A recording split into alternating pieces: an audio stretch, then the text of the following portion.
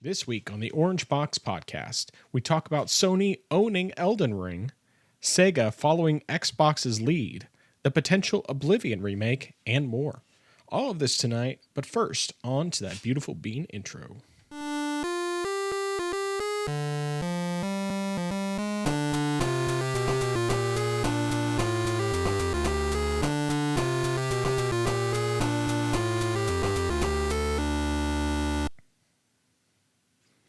Welcome to the place where PC and console gaming talk combine. This is the Orange Box Podcast, episode 64. I am your host, the man who is using his Christmas coal to barbecue some amazing ribs, Nathan, also known as the Frozen Gamer 87. And joining me as always for this Christmas Adam recording, the man who is getting a rock for Christmas, Justin, better known as I Am Zaracon. How you doing today? How's your week been? My week has been nothing extraordinary, but just I guess personally, there's a lot of stuff that's gone down. So technically, my company is on break for the Christmas season, but my department, like as I mentioned before, we're still technically needed, so we're jumping in, alternating between our work days and whatnot. So I'll be actually starting the day after Christmas, but just personally things have been going down. So I went ahead, as I mentioned last week, I was waiting for my CMOS battery to come in before I upgraded my Steam machine. So that came in, and it came in a little late, but it came in. And so yesterday, which would be Sunday, I went ahead, upgraded it. I put in the new RAM and I installed the new CMOS battery.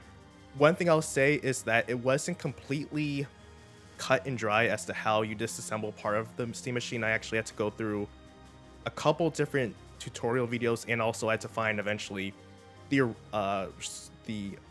official documentation online before I could figure out how to pull the backplate off.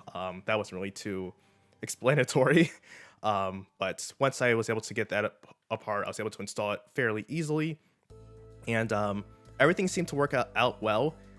However, when I turned it on, it still seemed kind of sluggish. And then out of curiosity, I thought, let me check and see what the general, let me look at the system monitor and see what's going on there. So I checked, RAM was fine, everything's fine. And then I looked and I saw that the CPU is running at 89 to 90% capacity and nothing's going on. Like there are no systems running. And that was very weird to me. So I'm not entirely certain why that's happening. I'm considering jumping back into the previous drive, seeing how that works, see what's going on with that. And if that also is still running at near full load, then I know you can upgrade the CPU a little bit. You can't put anything like a K in there, an Intel K CPU, but you can get one. I can't remember what it is. I think it's like a 4790 or something like that. I might put that in there and see if that does anything different. But I mean, it's just odd that it's working like that. But I mean, for what it's worth, though, I kind of enjoyed still just taking it apart and doing the upgrade. It felt kind of cathartic, and I like sort of doing that tinkering. So even on that end, I still enjoyed that part. So I'm not too bothered by that in the least bit. But then going back further for, I guess, previous week, I decided that I wanted to make sure before I got things set up for my live stream on Friday that I test everything. And there's one thing that has been an issue, and I noticed in my recordings, and I mean, it doesn't really have much of an impact because I'm not playing the audio from the games, but I noticed for some reason that the audio kept desyncing in my video recordings, which was weird. And I was looking online trying to figure out different stuff here and there about why that's happening, and I kept going through different stuff saying like, hey, how do people fix this? Some people said you have to go into OBS and switch and change the timing to like subtract it to negative 333 milliseconds or something like that, and do all these types of things. And then I did it. The audio is still desynced. People said you have to change how it comes out as monitoring and output. I did that as well. Still wasn't working. And finally I was going to say, I give up. I'm just going to, instead of doing a dual monitor setup, I'm just going to try to stream. I mean, dual PC setup. I'm going to try streaming exclusively off of my PC. It shouldn't impact performance, but I just have no other choice. But then I thought, went back one more time, saw one post, and someone said it's the way that your audio setup in OBS. So my capture card has to be set up, instead of having the audio captured from the audio as the video source, it has to be its own separate audio source, because it's locked at, I think, 44.1 kilohertz, whereas like the video audio is pretty much, for everything else, is set at 48 kilohertz. Gotcha. So I set it to as a separate audio source, and then that actually made it work. So that was I was able to have a dual PC setup, and that made things work pretty well. And so I am thrilled that worked, and everything was fine come Friday. So I was definitely glad that. And then just as a small last thing, I've been waiting for this, and I am very thrilled that the Steam year in review results came in, because I was very interested just to know about some stats about my gameplay, and it's also going to be useful for the upcoming video I make as well. So that definitely was good to see. And I think that I feel like this shouldn't be a complete shock, but I played most on my Steam Deck. But yeah, that's how my week's been. Very good. Good stuff. Well, let's see here. Have to think through things, because obviously the fact that we recorded Monday last week and we're recording Monday again this week makes the stuff that happened different. So, of course, I finished out my work week on Wednesday of last week, and thankfully it was pretty uneventful. I got as much done as I could before the end of the year, and there's only so much I can do with my job. Unfortunately, it's just sometimes, especially with my field in particular, a lot of what I have to do depends on other people, and if the other people don't provide me with what I need, then there's nothing I can do about it. I bug them for it, I ask for the information, and if I don't get it, they don't hold it against me, because it's like, well, I tried.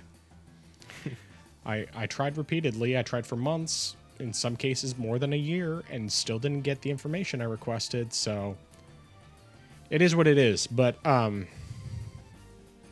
beyond that, let's see here. Had some busy days in there. Did a bunch of cooking. Made up both beef and chicken meatballs, about 100 of each. Because, well, I mean, I make the beef meatballs anyway for my family, because, I just make them periodically, and I always make a big batch, because that way they last for quite a while. And then I made chicken meatballs because for Christmas we are going to be, we're bringing several kinds of pasta over to my sister's house. So, I had already made up some red sauce, and I just put it in the freezer because I made extra the last time I made it. And so I'm bringing red sauce with spaghetti, keeping the meatballs separated, since, some people can only eat the chicken meatballs and some people can eat beef. Then I'm also making fettuccine Alfredo, and I'm making some mac and cheese. And then I'm making something that I haven't made before, but should be pretty doable, apart from the fact that it has to be alpha-gal friendly, which makes it a little more tricky, and that's making a chicken bacon ranch pasta.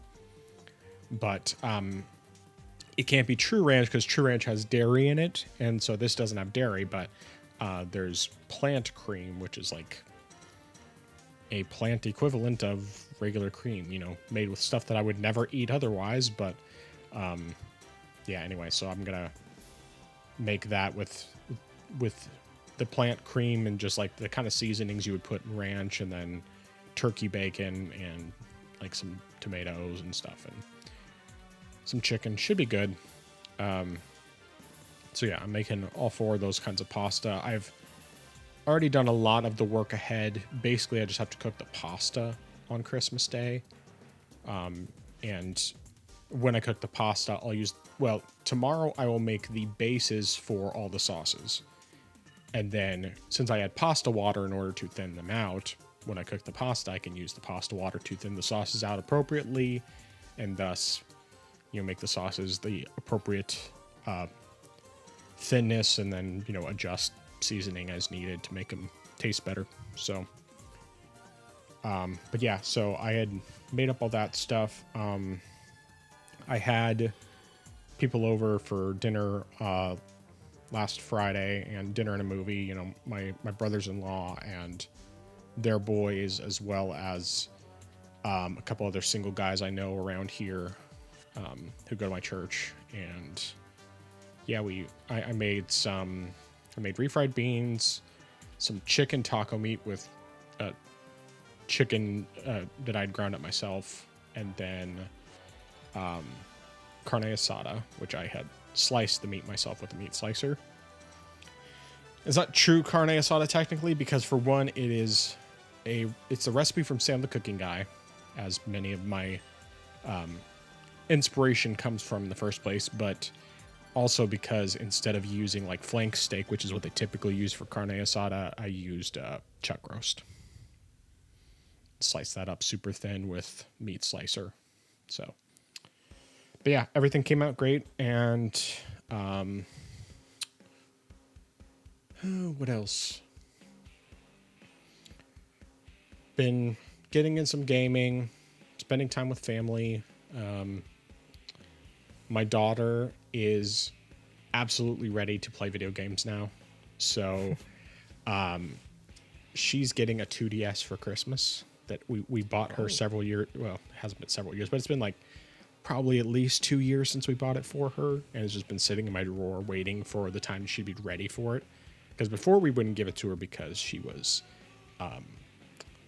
anytime she got mad, she would throw whatever was in her hands. It didn't matter what it was. And so it's like, I'm not letting you touch these things until you get past that. And she's been past it for a while. And then she's just been showing a lot of interest lately, especially because my middle son's 2DS just got replaced. Because my friend had been trying to fix his original one, which had the charging port messed up. And unfortunately, he just couldn't get it fixed properly. And he accidentally messed it up. His charger somehow messed up, fried the battery or something. It wasn't working anymore. So he replaced it, and I got that one modded and given to my son. So he's been playing games, and then because of that, my daughter was showing even more interest in playing. And so she's been playing her brother's 2DSs off and on. And then yesterday, proud dad moment, she played Mario Party with us for the first time, and she did really well. So it was great to see that. I mean, she's like loving it, and we have ourselves a new gamer in the house. So Christmas morning, I have a 2DS for her that unfortunately I couldn't find an actual pink 2DS, but I did find one. I could find like pink decals that I could put on it to make it. I mean, so it's a blue 2DS with some pink decals, and it's all modded and ready to go for her with some various games on it. And I'll get to it a little bit more later on, my side of things, but I did finally get around to doing the modding to have DS games installed, so that instead of just being able to use the cartridges, you can actually play digital copies, and then you can enhance them to make them widescreen and fix up the controls, like make it so that you have analog controls for things that you wouldn't normally have analog controls for, like Super Mario 64 DS. And I haven't quite figured out how to make it work for Metroid Prime Hunters, but you can do that so that you can have analog controls for that with the second stick on the new 3DS. And some of that's, it's a little bit, I think I need to find a guide for how to set up that specific game, because I found lots of guides in general that help get the games installed and set up in general to work, but there you have to have like specific quote unquote cheats installed in order to applied to the games in order for to be able to do those different things. Like I was able to get it set up for Star Fox Assault to where it has analog controls for that, or rather it's it's not using, it doesn't require using the touch screen to move and aim and everything. So that's pretty nifty. But like I haven't quite gotten either Metroid Prime Hunters or Phantom Hourglass or Spirit Tracks set up to have the analog and button controls, and it is possible to do that. I just haven't messed around with it enough to be able to do anything with that. But yeah, so going back to the modding of the kids' 2DSs, because I was able to do that, I was able to find something that I know my middle son is going to love. Now, he has not received it yet. I actually have to put it on his 2DS, but it'll take like 5 minutes to do. And that is, he loves How the Grinch Stole Christmas, and there's a DS game of How the Grinch Stole Christmas. So I'm going to have it on his 2DS, and then when on Christmas morning, I'll tell him, hey, go to your 2DS, and there'll be that present on the home screen for him, and he'll be able to open it up and play it. So that'll be really fun for him. But yeah, of course, obviously my kids aren't going to be listening to this, so they have no idea about any of this stuff, and it's fun getting my kids into all of that. And yeah, it's a whole new era for my household, and it's great. But I guess last thing is today I recorded 2 recipes, one of which is going up on Wednesday. Yeah, I need to better double check. I actually have it set for Wednesday and not tomorrow, because I might have accidentally set it for tomorrow. But anyway, I have 2 recipes recorded, one of which will go up this week, one next week. And I feel like there's something else, but it's been kind of busy, but there's still been, a good amount of time for gaming and everything. And it's been relaxing overall. So anyway, what have you... Oh, go ahead. Yeah, actually, just a few things I just want to comment, also ask questions about. So I think it's great, about, your kids getting more into gaming and stuff, and also adding the new game to your son's 2DS.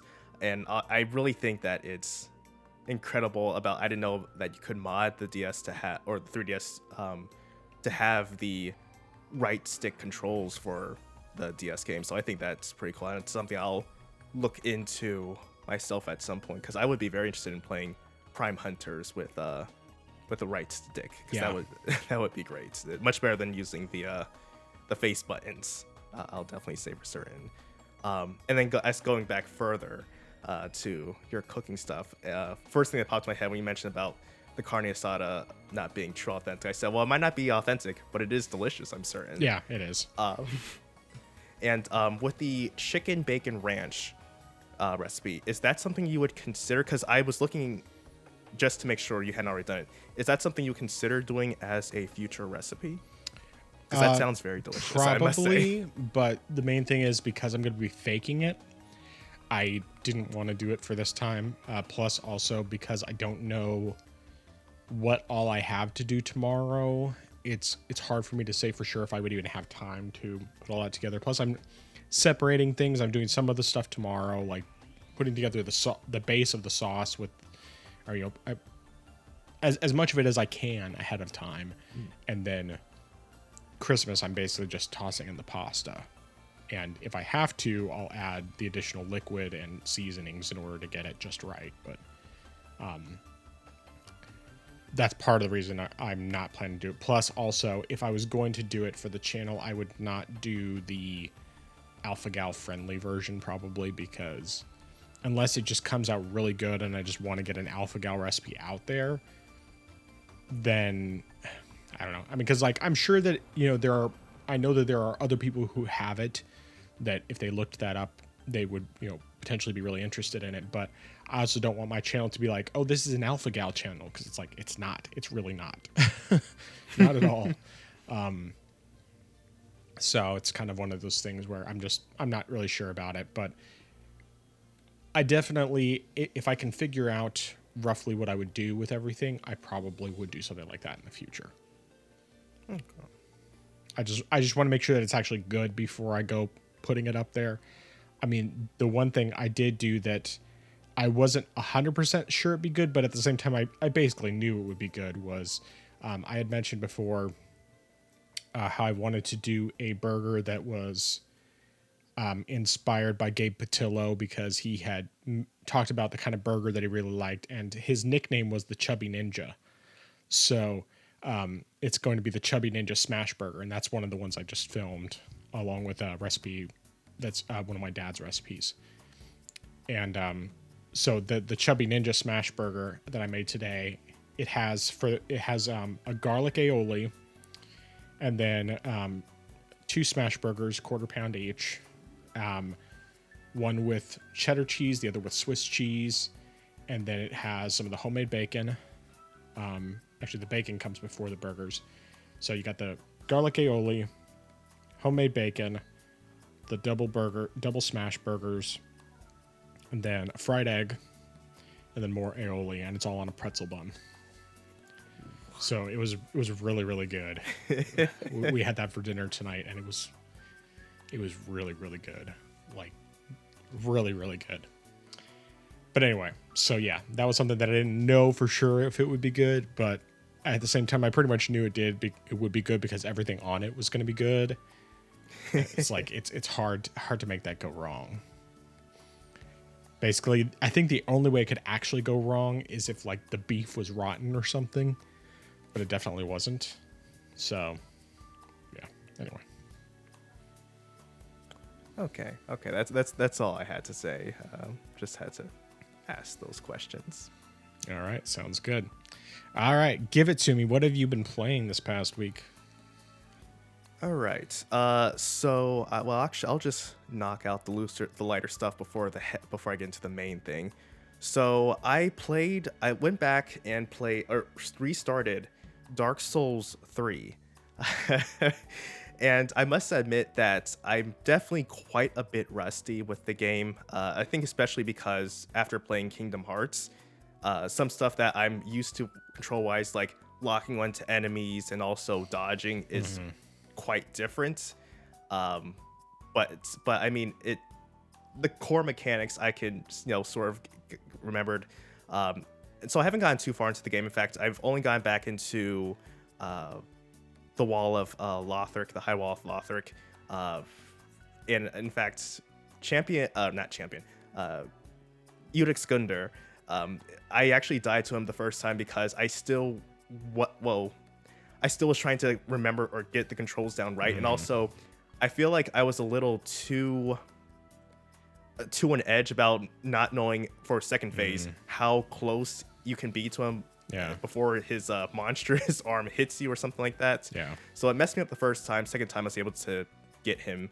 But yeah, and I mean, I think I changed my class differently because I think originally I was a mercenary when I first played the game. This time I chose a warrior just because I wanted that extra strength, since I don't really use any other stats. I mean, except for maybe endurance and vigor. Like, those are the only stats I really need because I'm just swinging around a giant sword, calling it a day. I'm not using any sort of pyromancy. I'm not using any magic or anything like that. So that's really all I need. So I'm going to I was considering changing my type of build, but I said, no, I'm just going back for what I always do. So it's gonna be a while since I pretty much get all the gear I need after completing Farron's Keep with the Abyss Watchers, and then getting all that gear I need, and also finding the Great Sword in Farron's Keep. So it'll be a while before I get to that point, but it's definitely good coming back to this game. And I made a mistake. I thought you mentioned Dark Souls 3 about helping with that, and then I didn't realize you said Dark Souls Remastered. So I downloaded that onto my Steam Deck shortly after, and realized, okay, now I can get back to doing that so that way we can do that thing later on. But yeah, so I haven't done too much with Dark Souls 3. I've been playing some more Kingdom Hearts Birth by Sleep, and I completed Terra's story. I would definitely was at the end from last week. So I completed Terra's story, started Ventus's story, and I'll say this, starting out immediately, it's definitely a bit slow for Ventus, or at least it is for critical mode, because of the fact that your attacks deal deal less damage than Terra does, and the fact that enemies still hit you hard, so it's easier to get knocked down, and also the fact that at least starting out in the first world, it's a grind. It's a slow grind to level up, and it's not like you can also get money to get better spells or other commands. So it definitely was a bit tedious getting through that world. But after getting through that and then going to the second and third world, it was much better, being able to level up and also just get better commands. And also going to actually playing the command board game definitely helped out with leveling up my commands as well, and also getting a few new ones. So making some progress in that. I think the last thing I did was did the first fight with Vanitas, and that's really about it for Ventus. So not too much there. But now the main thing that I've been playing has been Batman Arkham Origins, which was part of my live stream last Friday. And I'll say, so if anyone watching doesn't know, every year I've been doing a thing where I play Batman Arkham Origins as long as I can until I die. That's something that I failed to do. The first year, I died right outside of Lacey Towers because some sniper hit me and I couldn't get to cover fast enough. Last year, I got to the first fight against Bane and I died in that fight. This year, I almost made it to the end of the game. Like, I was so close. I went back to Blackgate Prison and I was in a couple fights. I know that I said, all right, I know that the end is almost here. I'm almost close to getting to the final fight against Bane. But then in one combat room, I died and I thought, I was so close too. But the crazy thing though is, unfortunately, I didn't completely prepare myself for the marathon, and I kind of did because I started a little earlier than I did last year, but I didn't prepare myself well enough, and I feel like next year I'll definitely have to at least have some sort of caffeine available to keep me up, because I got a little drowsy a couple times, and I almost considered throwing the game at a couple spots just because I thought, I really just want to sleep right now. Yeah. And I almost considered accidentally losing, but I thought, no, I'm not going to do that.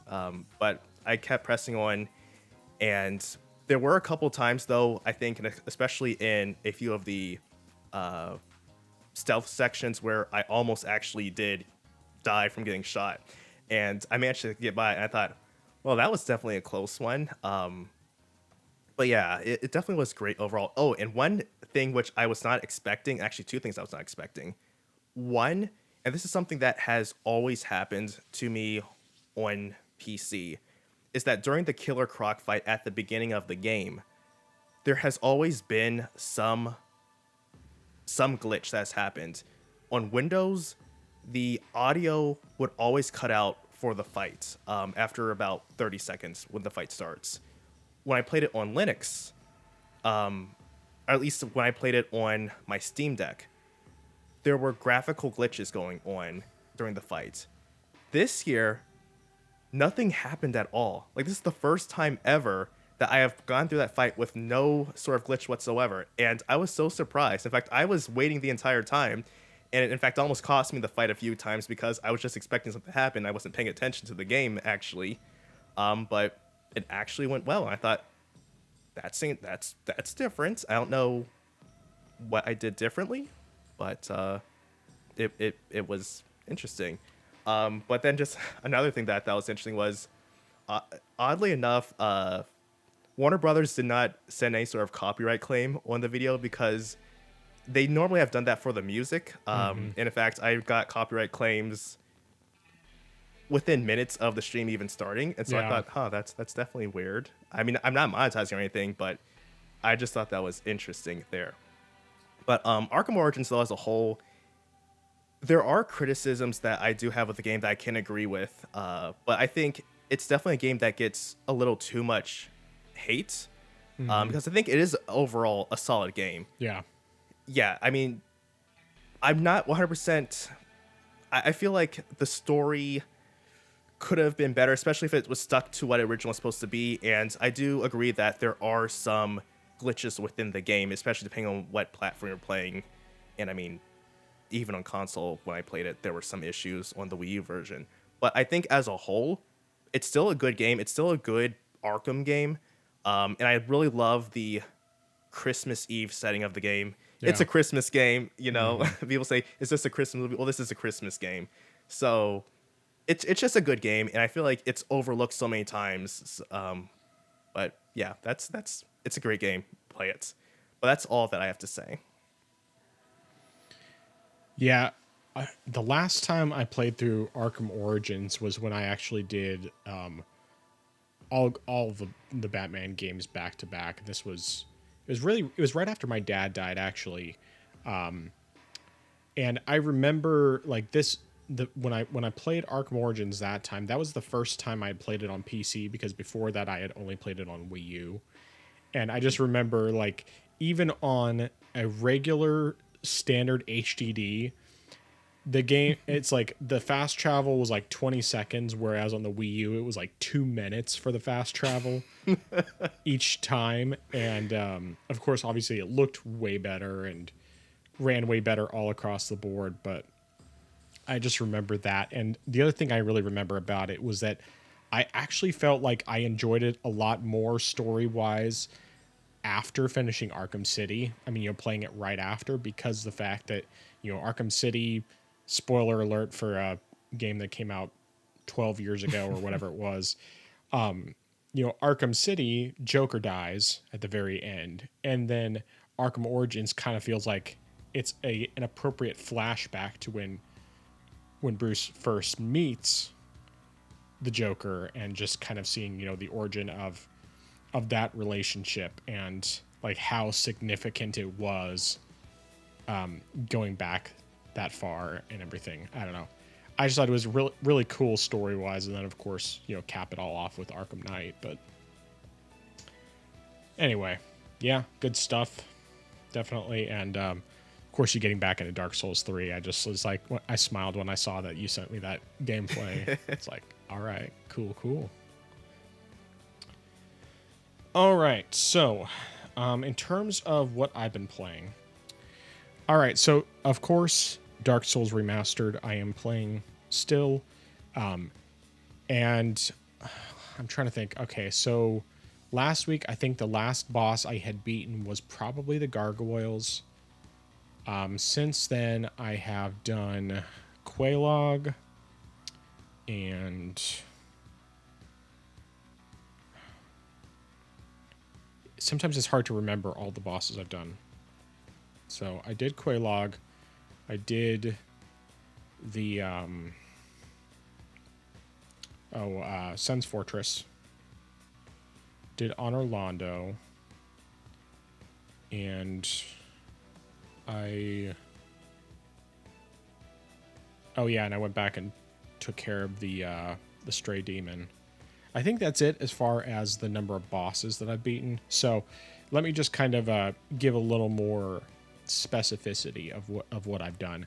And I'll say I wasn't able to get any of the boss fights recorded, unfortunately. I tried to record them, but because sometimes the Steam Deck has glitches with the internal recording, it seems like anytime I try to record Bloodstained Ritual of the Night, which I actually forgot to include in here, I did play that briefly, tried the boss fight again, and I beat the first phase finally, but I didn't get past the second phase, and I didn't really try again after that. But anyway, so I tried to record stuff from my gameplay with Dark Souls, and unfortunately, it's just a black screen for all of it. So the gameplay footage right here, I just recorded this evening, and this is just me going back to Blighttown and doing a little bit of picking up some stuff I had missed back there. So anyway, but going back to like Sen's Fortress. So Sen's Fortress, I will say I don't think it gave me as much trouble as the very first time I went through. In fact, yeah, it definitely didn't. But it still initially gave me some trouble, partially because it's a little bit, I didn't have the right stats to be able to handle a bow properly, and so I couldn't utilize that nearly as much at the time. And the problem with sorceries, unfortunately, is that sometimes the sorceries, particularly like using soul arrows and that sort of thing, it's a little hard to judge exactly where you need to be in order to properly fire, to properly hit enemies if you can't target them. And if you're not close enough, then the sorceries won't even hit enemies. So I was just having some issues with that initially. Eventually, I was able to figure out things to where I was able to make it up to the bonfire, and then got through the boss on my first try. Pretty sure it was my first try. The Iron Golem, or whatever he's called. And went to on Orlando. So, interestingly enough, Silver Knights, of course, you have these Silver Knight archers, which notorious, terrible, horrible, no good, very bad archers. It was in between my first playthrough and my second playthrough in terms of the issues I had with them. So first playthrough, I had 0 issues with them. I was able to get past them without any difficulty, which was crazy. I don't know how I managed that, but I managed that the first time I played.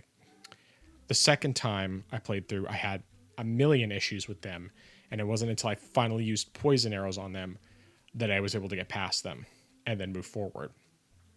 This time, my first encounter with them, I managed to make it up to the main archer that you have to go past in order to get inside.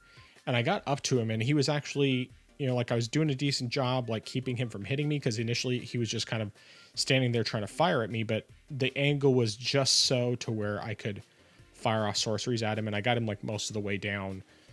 But then he pulled out his sword and took me out, and it was over. So after that, I ended up trekking all the way back, getting some poison arrows. I had enough souls that I could level up my stats to where I could properly handle the bow, and then used poison arrows on the 2 silver archers and got past them, was able to move on. Now we get to Ornstein and Smaug. This was definitely the least trouble I've ever had with them. It's unfortunate that I didn't get recorded, but it is what it is. I'm not going to make a big deal about it because I've already beaten them twice before. So with sorceries, all right, let me back up a little bit. So initially when I went into the fight, I summoned, what's his face? Why can I not think of his name? Solaire. I summoned Solaire because I'm just like, I've beaten these guys legitimately twice. Why not summon Solaire? Get his help to at least, distract them. And I got, he didn't survive the whole fight, but he survived long enough to distract them for me for a while. Got all the way to almost the very end of Super Smaug. Like, probably 1 or 2 more hits would have done him in. But I ran out of sorceries, and I didn't have any arrows left. So I had nothing I could do against him at all, except, go up to him with, like, physical weapons and try to whack him that way. And so I didn't survive. Second time I went in, I summoned Solaire again. He died pretty fast, and then I didn't get very far into the fight before I died. I don't even remember what happened exactly. third time I went in, and I had summoned Solaire before I went in, but he had gotten distracted by the enemies outside of the gate and never actually made it inside the arena. So I ended up just fighting them solo, and it definitely was close a couple times, but I had enough spells to where I was able to get through the fight. It still has a lot of challenge to it, for sure. But I knew the attacks well enough to where I could avoid a lot of it. The one thing that I had that was really a detriment to me was that I hadn't really leveled up my dexterity a whole lot. And so I didn't have nearly as much stamina. Or I can't remember. Actually, no, I don't think dexterity controls stamina. I think dexterity is just like how quickly you move and are able to get up and stuff like that after you get knocked down. But anyway,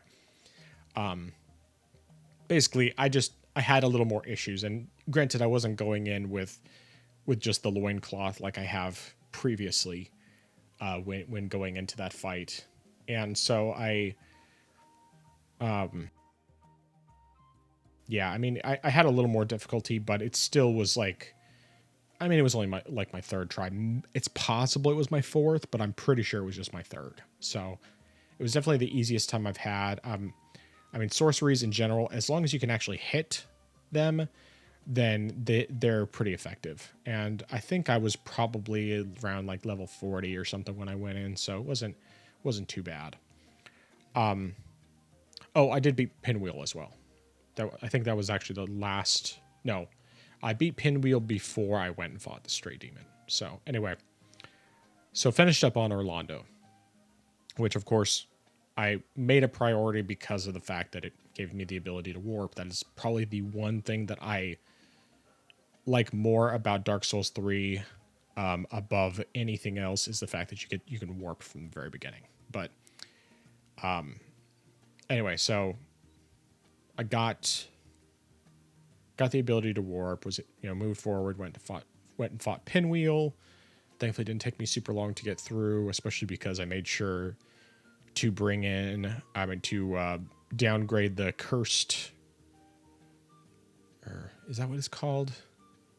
Either cursed club or whatever the dark club is that you pick up in Honor Londo. So you pick up like a dark club in Honor Londo, and then you can downgrade it to a blessed, or whatever the holy element is, and then go into the catacombs and use it on the skeletons so that they can't revive even if you haven't taken care of the necromancer in the area. So went through, finished off Pinwheel, and then went and did Stray Demon. And Stray Demon was actually more of a pain with sorcery in general. But I think it was less an issue of the sorcery itself. It was more an issue of I had a lack of dexterity, and so I had more difficulty moving after getting up. Like I couldn't get up quickly enough, and so I'd like start to get up and then I'd get hit. Start to get up and then I'd get hit, and it was just really annoying. And then when I finally beat him, I was like, "Yeah, butt face, now you're dead." But one thing that I did this time that I have not done in my previous Dark Souls playthroughs, and it was partially because of the fact that I wanted to try it, but also because of the fact that it's like, hey, I've already beaten this game legit twice, so I'm going to have a little bit of fun here. I did the soul duplication glitch, and I did it a lot. My character's level 165 right now. Oh my goodness. That's higher than my New Game Plus One character on the original game. How?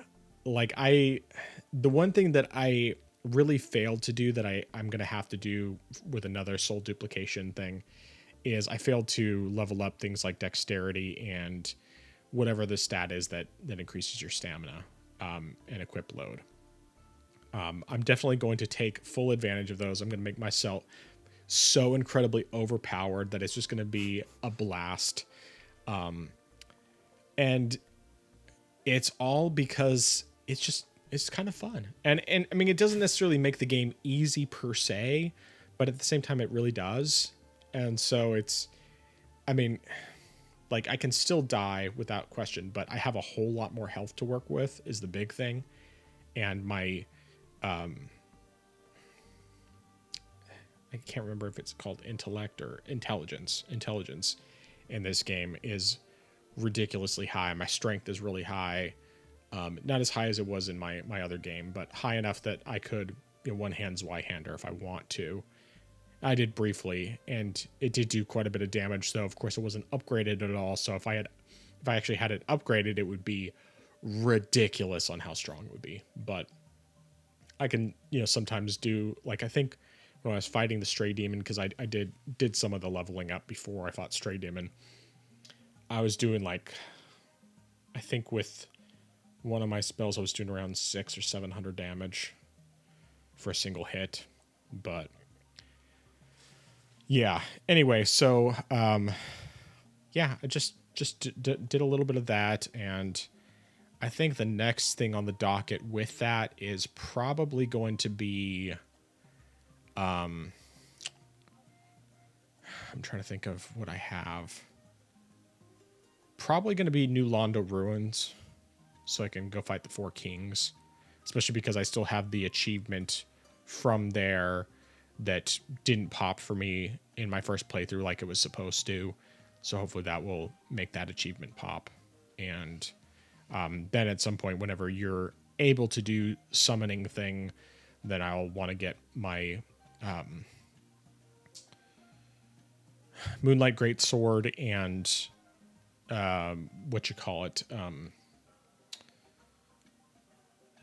the catalyst, Manus's catalyst, over to my sorcerer, so that I can play with those, because I've been wanting to play with those, because it's like I got both of those in my previous playthrough or playthroughs in the case of Manus's catalyst, and just haven't been able to actually make any use of them at all, because it's just like I couldn't use sorceries at all with my other character because he was a pyromancer. Speaking of which, I did confirm sorcerer class can't actually use any spell at all. They can use pyromancy, they can use sorcery, and they can use miracles. It's just as long as you have the appropriate stats and then the right piece of equipment, you can use any of those. So pretty nifty. I've mostly only been using sorceries, though I have dabbled a little bit with miracles. It's mostly, the main thing about it that I don't like is that you have to, because you only have one spell slot, you have to swap between what type of weapon you're using, because like you use a catalyst for sorcery, and then you use, I can't remember what it's called for the miracles, but it's a different kind of item. And then of course you have the fire hand thing for pyromancy. So I've used pyromancy a little bit as well, but yeah, I mean, there's definitely more stuff I need to find where I can get more of the Firekeeper souls, because I think I've only gotten one of them so far, and I know that there's some that I probably missed. But I would like that just to make my Estus flasks a little more effective, because they're really just not very effective right now. So, I mean, granted, I do have a lot of health, but even still, they're not healing very much, and I know that I had them fully upgraded in my other game. So, but yeah, I'm still enjoying what I played with that. It's been pretty fun. But I did play a couple other games. So first of all, I decided, as I mentioned before, to finally take the time to get DS games on my 3DS. Mainly I was wanting to get like the physical games I own put on my 3DS, just so I'd have, digital backups of all these things. So like Chrono Trigger, Metroid Prime Hunters, Final Fantasy IV, Final Fantasy XII The Revenant Wings. I didn't do 358 over 2 days, even though I do have that one. Both Phantom Hourglass and Spirit Tracks. Mario 64 DS. I think that's all the ones I put on that I have. I did decide to put a couple on that I don't own, but mostly just because I wanted to try them out. And one of them I'm actually really hoping I can eventually find a physical copy to purchase, because I've wanted the physical copy for years. It's just really hard to find. And that is Okami Den. So I have played a decent amount of that. I think like 3-4 hours total of the game. But with the mods that I was able to use, I have it in widescreen. I need to figure out how to get it so that in the couple of areas where you can actually use camera controls, I can set that from touchscreen to using the C stick. But it's only like out in certain fields where you have the option, like in the open areas, to actually move the camera around. So it's not a huge deal from that standpoint. Most of the time in the game, the camera is not adjustable. But as far as how it plays really well. I mean, granted, it's only 30 frames per second, which is, it sucks. But at the same time, it's a nice continuation of the first Okami game. And I'm really digging it. I mean, it is, very much like a Zelda-like game, like the classic Zelda games. All of the paintbrush stuff you do on the touchscreen with the stylus, which is great. A great way to do it for sure. And yeah, I've only gotten through the first dungeon so far because it's just been kind of sporadic playing it, mostly since I was playing other stuff. But yeah, it's a pretty cool game. Something I will mention that I've played as well, I didn't really play it. It's more like I just booted it up briefly earlier today because it's going to be the next comparison I do, is Persona 5 Strikers. And I got that running on the Steam Deck, no problem. It was just, I think, Proton GE 8.25, I think is what I'm running it on Glorious Eggroll. So, it was super simple to get running. And, 60 frames per second looks amazing. Max settings, all that. The only thing I did is I turned off anti-aliasing because I think the game kind of looks better without it on the smaller screen, and it helps with performance. So it's like, why have it on if I don't really feel like I need it? But yeah, so I basically just booted it up. But I did, with that, I tested out this new method I have for doing the audio in the future, which I think is going to work really well. So I think I had mentioned to you, I can't remember if I mentioned it on the podcast or just off air when we were talking, but there's, I have this digital audio recorder that has a microphone jack on it.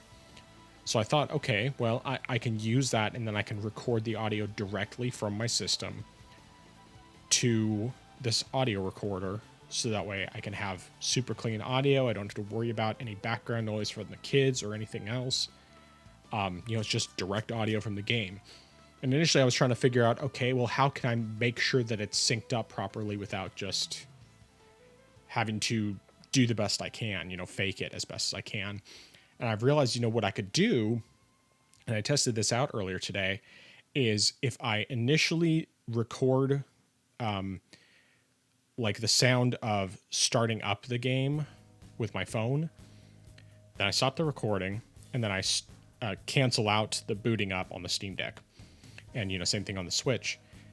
Then I plug in to the microphone out thing and record that. Then when I am merging the clips, I can have, it'll have that audio sync point that's at that same point that will tell me, that will make it so that the rest of the audio that's all being recorded separately that I can't even hear otherwise will still come through. So I think that that's going to work really, really well. I tested it out briefly today and it worked great. So I'm definitely going to plan to do that. I don't know if I'm going to have time to record anytime soon. I'm hoping this weekend, but it's just kind of like we'll see what kind of time I have. It really just, there are a variety of factors that change whether or not it's something that I'm actually going to have time to do. especially because we're going to be doing some stuff with the kids and everything, and so we'll figure it out. But either way, it's pretty cool. But there is one last game I've been playing. So as I had mentioned previously, this past Thursday, I ended up being the night that I watched Die Hard, which is a Christmas movie, and science has confirmed it. And while I played Die Hard, while I watched Die Hard, I play Assassin's Creed Odyssey. So this has been a tradition since probably about 2018, 2019, somewhere around there. Mostly because of the fact that it's taken me that long to actually get through this game, and I'm still not done with it. But I did make some progress on the DLC, because that's basically where I am. Like, I finished the main story, I think last year or a year and a half ago. It was either Stack Up or Extra Life that I had finished the story. But now I'm working on the DLC, and I'm basically just mainlining it. I'm at a point now where, like, I still just have such a love-hate relationship with this game, because there are times where it's just great. Like, I really enjoy it. But it is just such a bloated game. And the biggest thing for me, I've realized that I just hate the most about this game is really the simple fact that it has so much talking. Like, when I played Black Flag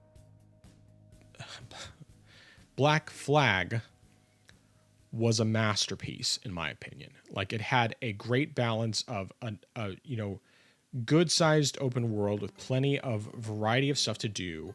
The combat wasn't great, but it still worked well. And of course, with the assassinations being like one-hit kills and all that because of being more of the classic Assassin's Creed style, it was fun from that standpoint. And of course, the ship combat was great. The music was great. The shanties were great. There was just like a bunch of stuff about that game that was great. This game has that stuff, but it has way, way more. And what they started doing with Odyssey on through the other later Assassin's Creed games, maybe minus Mirage, I believe, is that they decided to add like Mass Effect like elements where you have a ton of dialogue, where your choices quote unquote matter. I mean, they do change some of the outcomes and that sort of thing. And it's just like, while you don't have to pay attention to all the dialogue, there's just so much of it. It feels like, honestly, I think it's worse than Horizon. And as much as I despise, well, maybe not despise, as much as I dislike Aloy as a character and have very little interest most of the time in hearing hearing all of the talking that they have in those games, this one I feel like is just more egregious. And it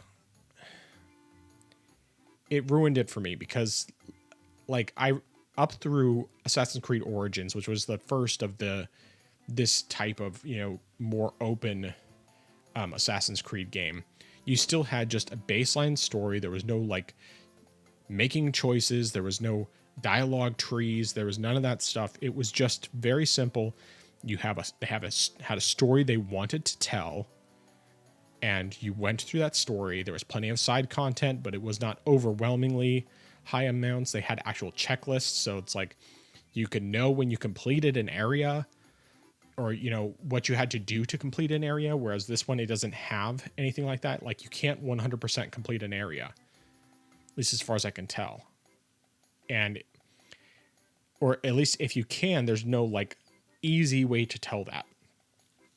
So it's just, this game is exhausting to me, and I've gotten to the point where I've just decided, I went ahead and reinstalled it on the Steam Deck, because I had uninstalled it a while ago, and just decided that as I am motivated to play this game, I'm just going to try and finish it out. I want to be done with it well before my next Christmas time, when I do Die Hard and Assassin's Creed, and then I can just play one of the other Assassin's Creed games, because I'm my intention is when I finish Odyssey, I'm just going back to the old games because I haven't played the majority of them. Start with the original Assassin's Creed, which I've only played like maybe an hour or so of. Play through that and just work my way through all the old ones that I've never played before. And depending on how I'm feeling when I actually get to the point of Black Flag, I may replay Black Flag again because I mean I've already 100%ed that game twice, first on PC and then on Switch, and I still think it's an incredible game and it's one that I potentially look forward to playing. But I've heard great things about the early games, and I just haven't played the majority of them. So, but I own, I think, all of them. I think the only ones I don't own are everything after Odyssey. Everything before it, I'm pretty sure I own, because I got the majority of them cheap. I mean, it was through Ubisoft Connect, but as much as I would love to have Steam copies, I don't really want to spend the extra money, especially because most of them don't really get cheap enough to warrant it. So, but yeah. I will say positives about Odyssey, though. It does still have, I think, probably the best combat of any of the games. It's just that enemies are a lot more tanky, which is annoying. Because it's, I don't know, it's more RPG-like in that sense than it is like the earlier Assassin's Creed games where it's just like, okay, you know, you hit an enemy once or twice and then they're dead and all that. Like the footage that's been playing here is me doing one of the DLC bosses against Medusa. And yeah, I mean, the combat's pretty solid though. I do enjoy the combat, other than enemies just being annoyingly tanky. And it's way easier than Dark Souls. So much easier. I mean, granted, I'm just playing on normal difficulty, but, you know, Dark Souls normal difficulty is still way harder than the normal difficulty in this game. I was probably over-leveled anyway, but, yeah. I think that's everything. I mean, other than, you know, playing games with the kids, you know, we just finished... my oldest and I finished... Lego Harry Potter, first part of Deathly Hallows. We just finished that yesterday. And then my other son and I are working on Empire Strikes Back. And yeah, we're still pretty early in that. We just finished the Millennium Falcon escaping from that Star Destroyer. You know, with the trash. So that was the last thing we did. Boba Fett pursuing us and all that. But I think that's everything. Okay. So you said you don't have all of them, but I know that recently I've heard that Ubisoft has gone and added achievements to the Assassin's Creed games on Steam. So if you have anyone there, when you boot the game up, it should automatically unlock any achievements that you would have gotten originally from the game. Because I saw something on Discord from a server saying that, hey, they've added that in now for Steam users. So if you have any Assassin's Creed game that you've bought through Steam, then you'll have achievements now. Yeah, I think the only one I have on Steam is Origins, and that one I have all the achievements. I enjoyed that game enough to actually do all the achievements. The funny thing is that I had like, I think 114 hours or something in that game to get all the achievements. I have like 130 hours in Odyssey, and I'm nowhere near all the achievements. Wow. That with Origins, that was 100%ing every area, including the DLC. And this, I have not even come close to 100%ing every area because I don't know if I'm even close, because things just randomly respawn and it's just like, there's no clear checklist. I wish there was a checklist. That would make it so much easier for me to be motivated to actually work towards it, because having that checklist, it's like, okay, I have a demonstrable way to be able to say, this is what I have left to do in this area. Whereas the way it's set up, there is no way to tell that, at least not as far as I can tell. which is really annoying for someone who's as checklist oriented as I am. And it's like the other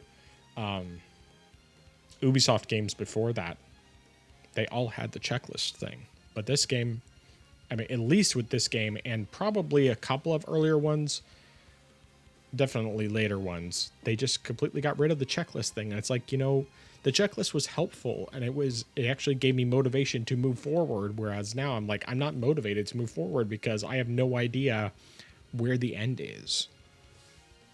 Anyway, sorry. Yeah.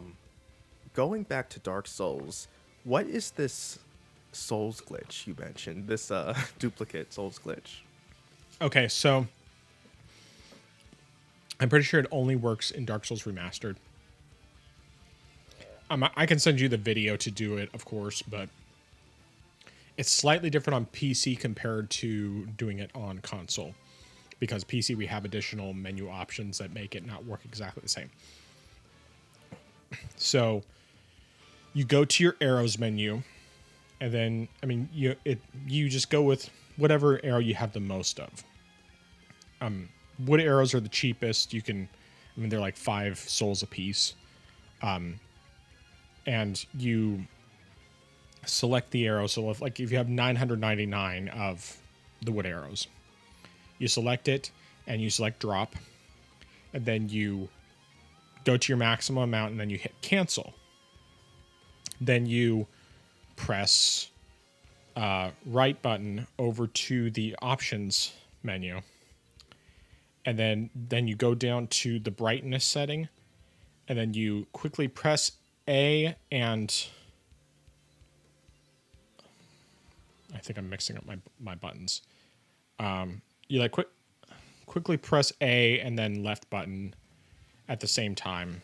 Maybe it might be one of them. It's left button. One of them is right button. But anyway, so you do one to get to one menu, and then you quickly press them at the same time. So basically, then you have the brightness menu overlapping the items menu.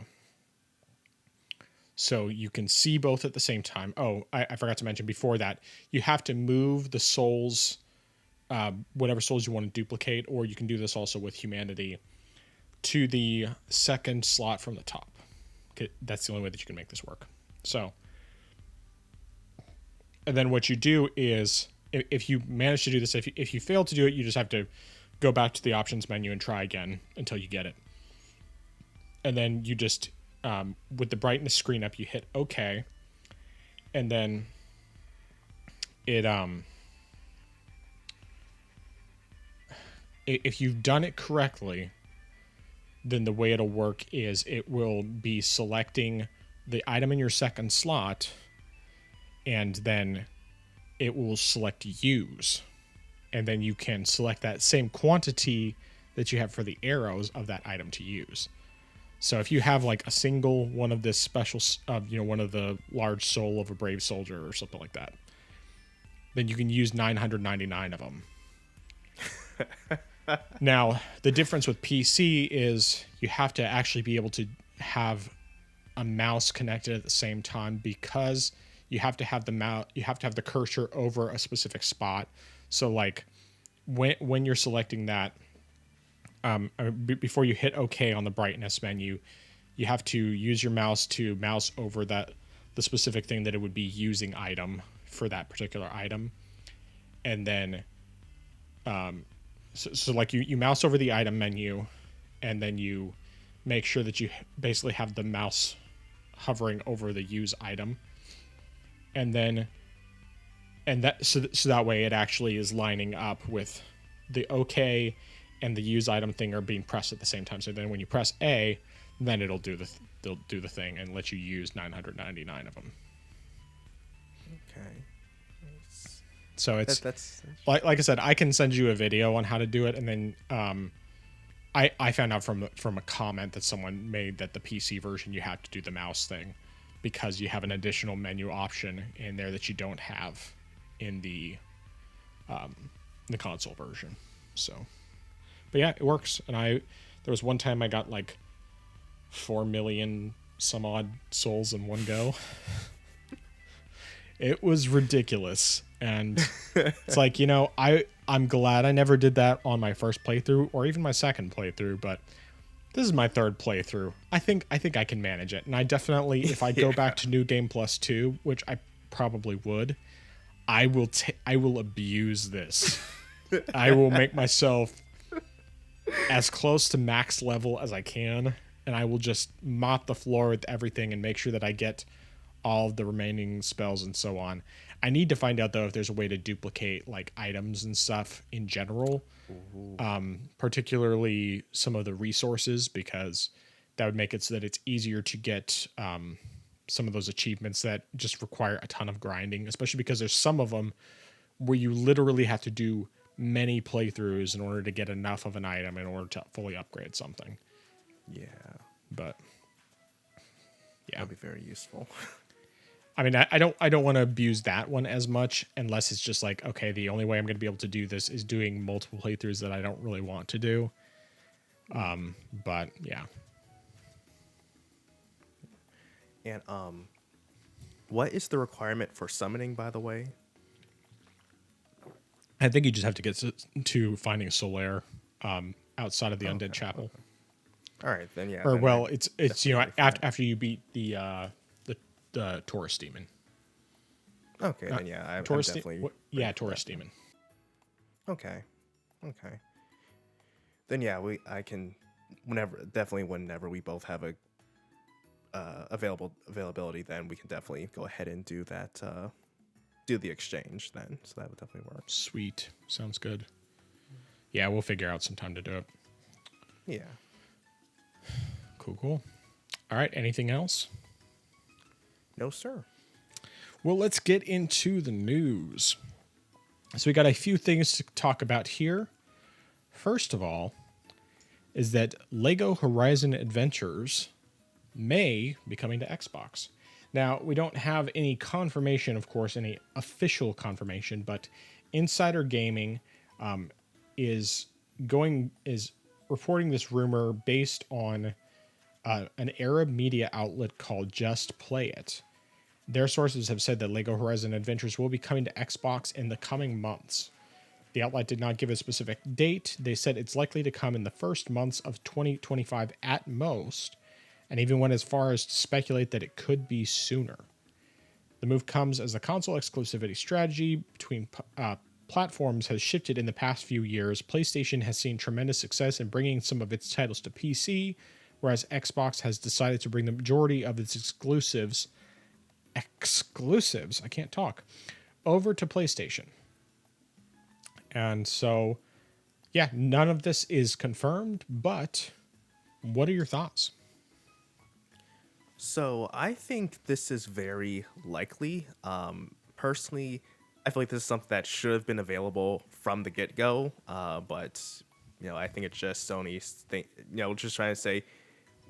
I mean, honestly, actually, if you've got it on the Switch, which is another console, then I don't see any reasons why they shouldn't have this on the Xbox. I mean, it really just makes sense.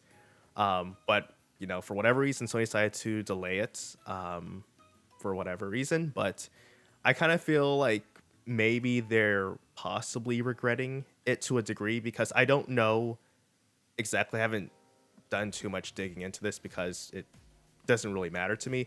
But I've heard that the PC sales have underperformed. So I feel like they probably would have said, we should have maybe released this on Xbox. That way we could have had more sales on launch.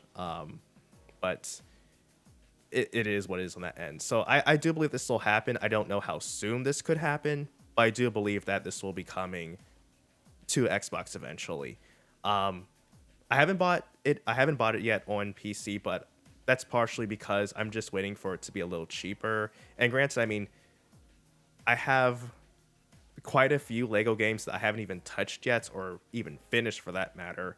So adding another Lego game to the collection is something I can wait to do. And I mean, another reason that I also haven't bought it yet is because I'm sort of the same way I am now that I was when I was 12, 13, where I'm not going to really spend too much on a Lego game. I mean, I spent $30 for a copy of Lego Star Wars 2 on the GameCube, pre-owned at GameStop. So I'm not really gonna spend way too much. I mean, I might spend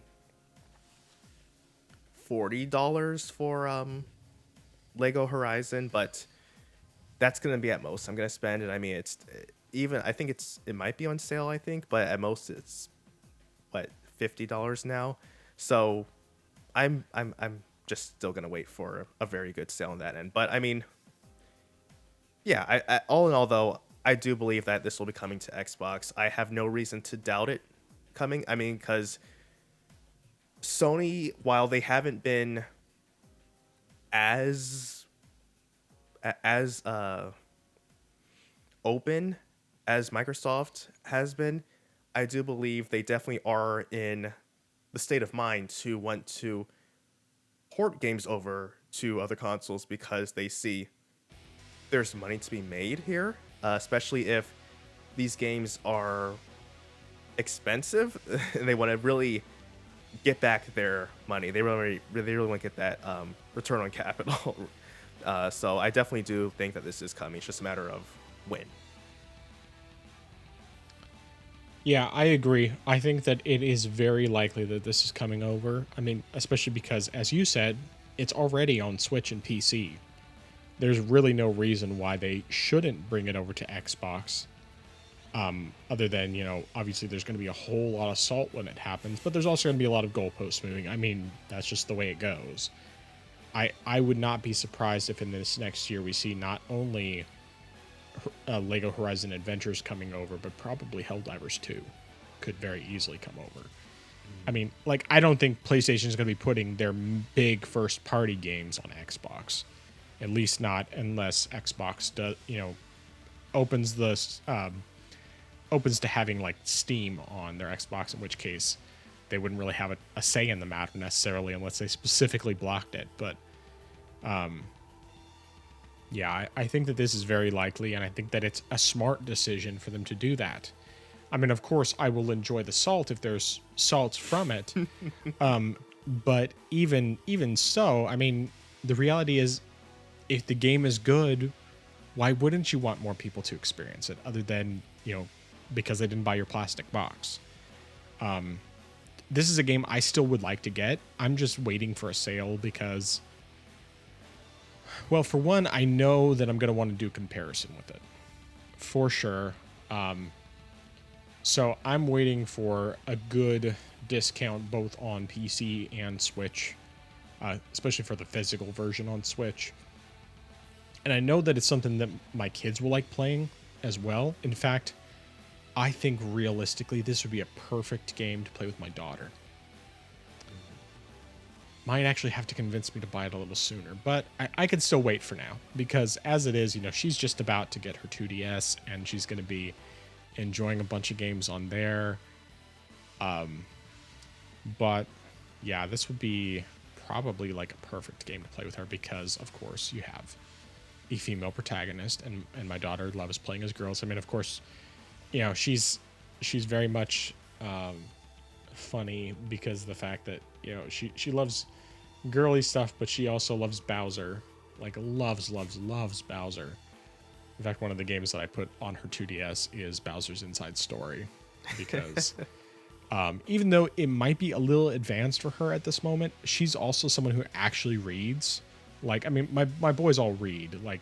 My oldest is the one who has a tendency most often to just skip over stuff because he's impatient, even though he can read and read really well.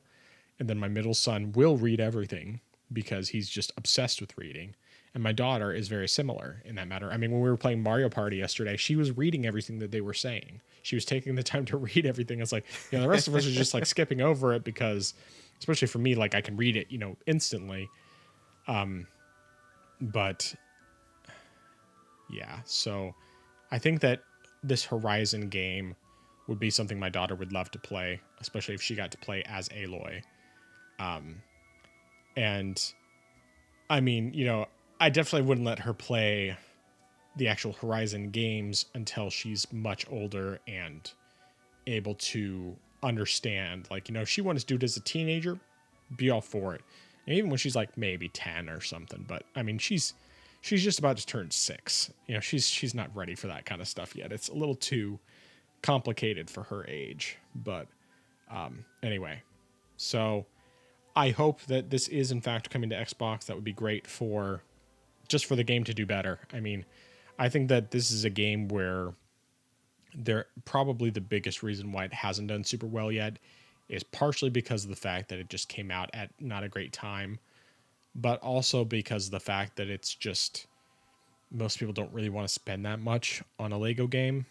I mean, the only time I've ever bought a Lego game at full price was when Lego City Undercover launched on Switch and PC.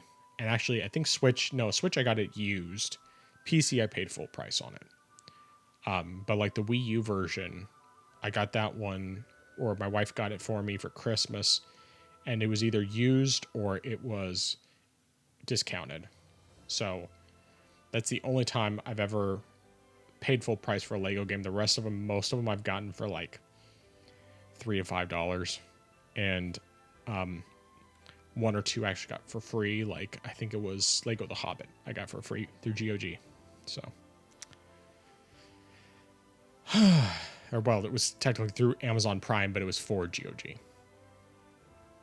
But yeah, that's all I got on that.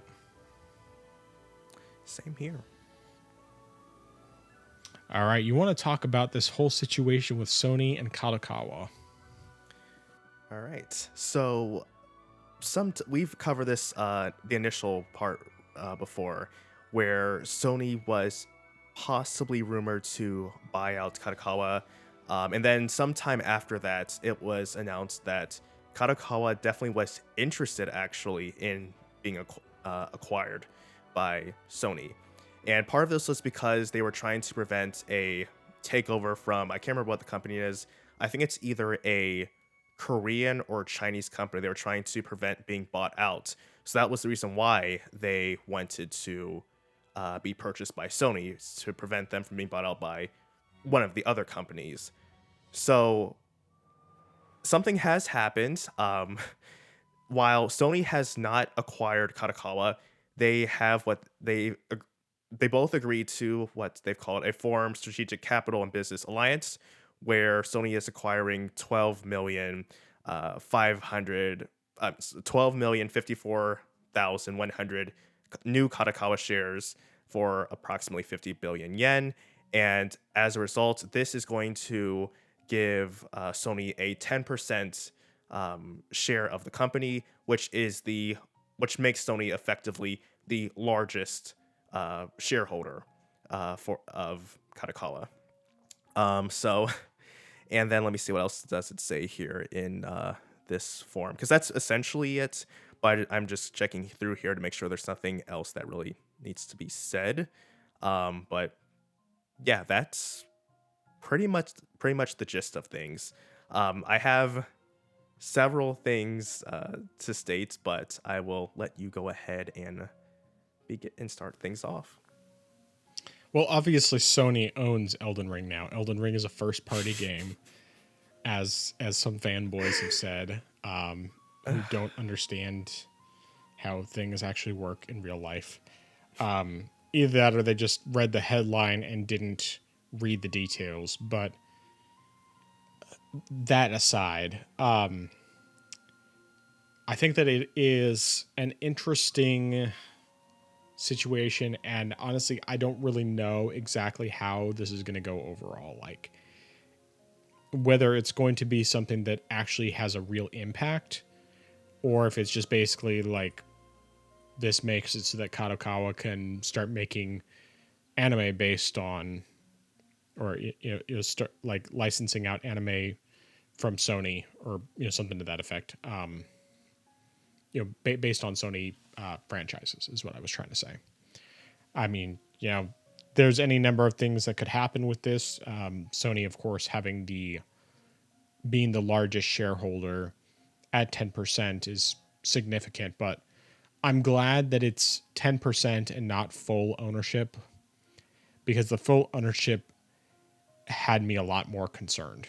This 10% thing, it's kind of like, okay, sure, whatever. I mean, we'll see what kind of impact it has in the future. I'm at a point where I certainly obviously don't want Sony to mess up FromSoft, but I also am not in a position where I feel like I'm worried about it. I think that, even though they're technically a majority shareholder, 10% is still only 10%. And I think that there's enough of us. I would like to think that Sony is wise enough to not try and mess with FromSoft and just let them continue to do their thing, because they make quality games that have been extremely successful. And if Sony tries to stick their fingers in there and make them, add a disabled,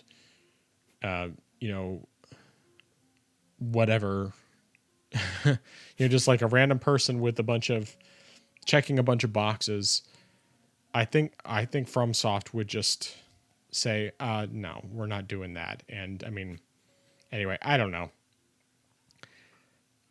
TLDL, I'm not concerned. I think that it's not really a big deal. Obviously, they don't actually own Elden Ring or anything. Elden Ring is not a first-party game. I don't even think you could call it second-party. It's just they have a large stock in Kadokawa. I think they already had like 14% in FromSoft or something anyway. So I don't know that it necessarily increases how much they have for FromSoft, just increases what they have for Kadokawa.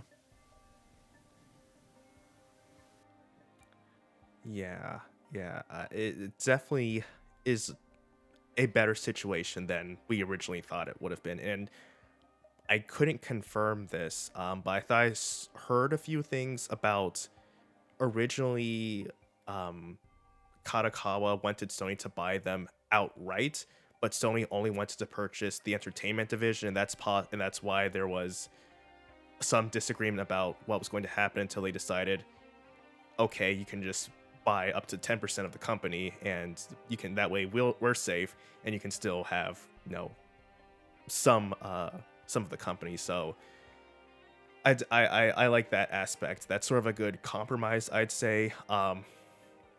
Now, while I do agree that, Sony, it's not like Sony owns the company or anything like that, or they are able to make demands, I do believe they are somewhat in a position that they can try to negotiate or have some sort of wiggle room where they can maybe have some future exclusives, or at the very least, timed exclusives. Now, I don't know how the other 90% would feel about that, which is why, I like that they can sort of counter, if there's a large majority, they can counter Sony and say, yeah, we would rather much have the games go on every platform so we can make more money rather than you just get the money from having exclusives. But I do think that as having a large portion, having 10% of the company and being the largest shareholder, it is something that I still have some caution with, because I don't know if Sony might one day try to acquire more shares and more part of the company. True. I mean, because they don't even have to have full ownership. If they just get 51%, then they are the majority. Yeah. And they have, pretty much full say about what happens. So it's not something I'm concerned about right now, but just down the line, what can happen with that. But I definitely think that there's nothing to worry about right now. So it's good that Kadokawa is safe from being bought out by companies they deemed as threats, but I'm also content that it wasn't at the cost of their entire company. So definitely a good. And maybe one day, maybe Sony. Well, I mean, Sony hasn't urged From Software at all.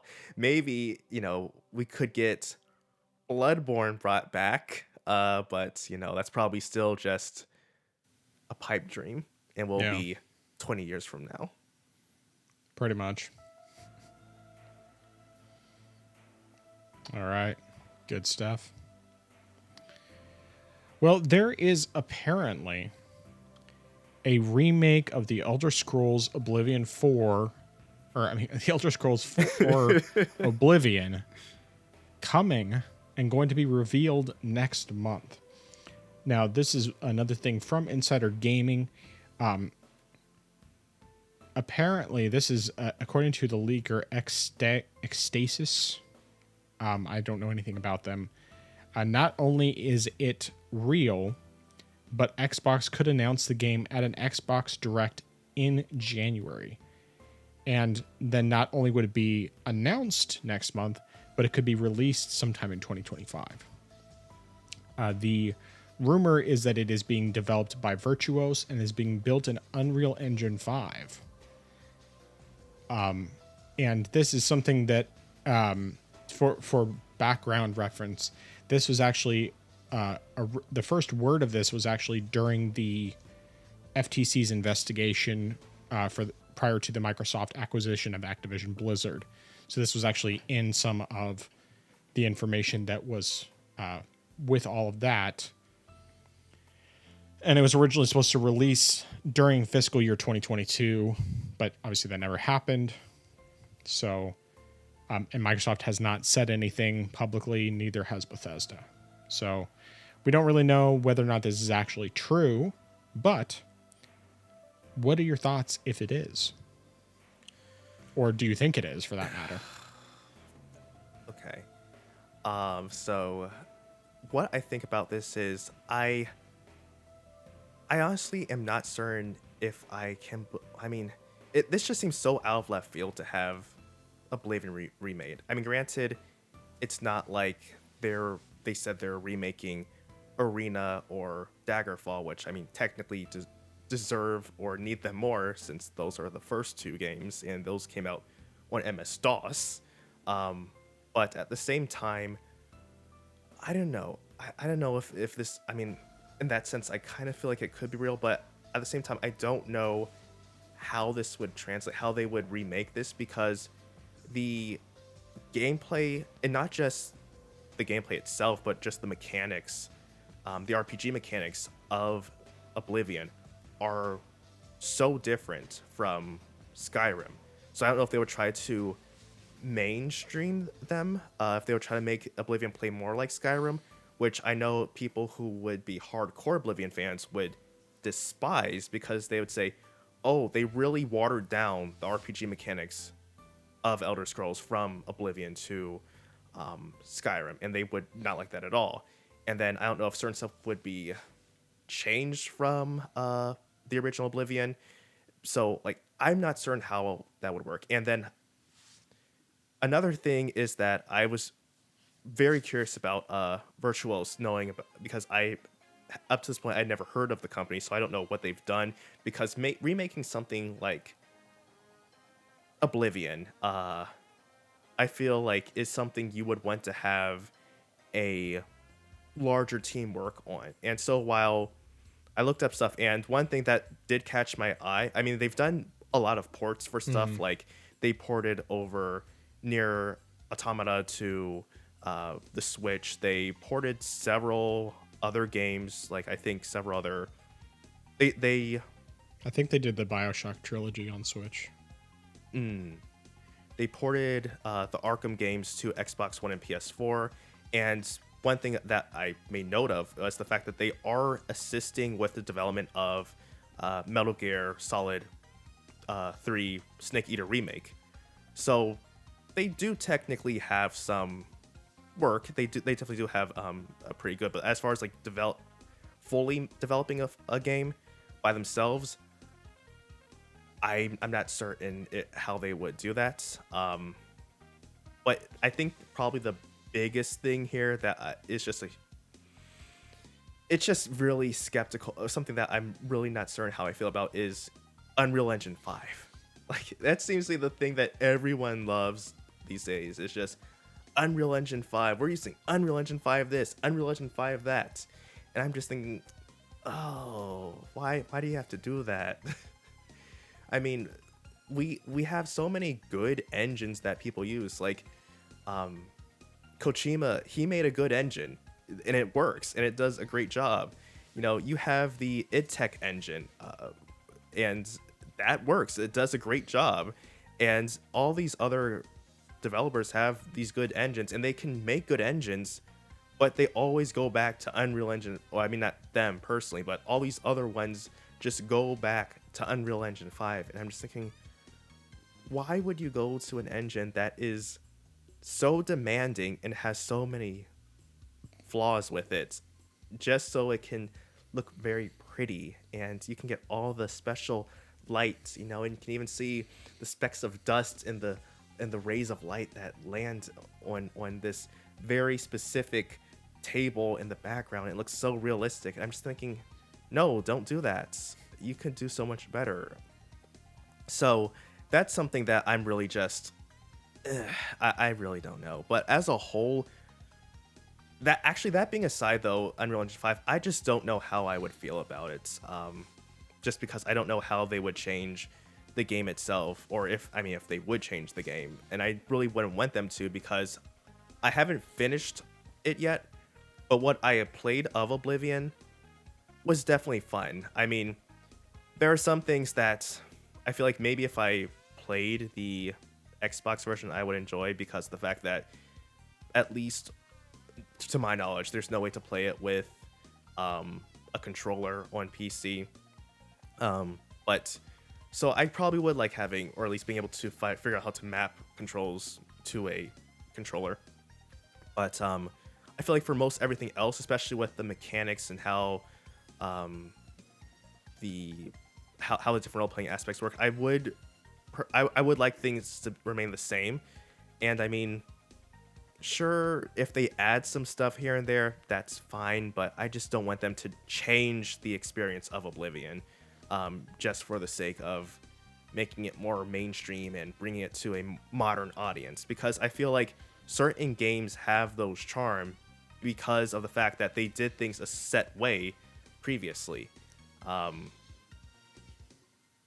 I think, though, overall, if this is true, though, it is funny that we would still be getting this before we got even a more in-depth look at Elder Scrolls 6. Yeah.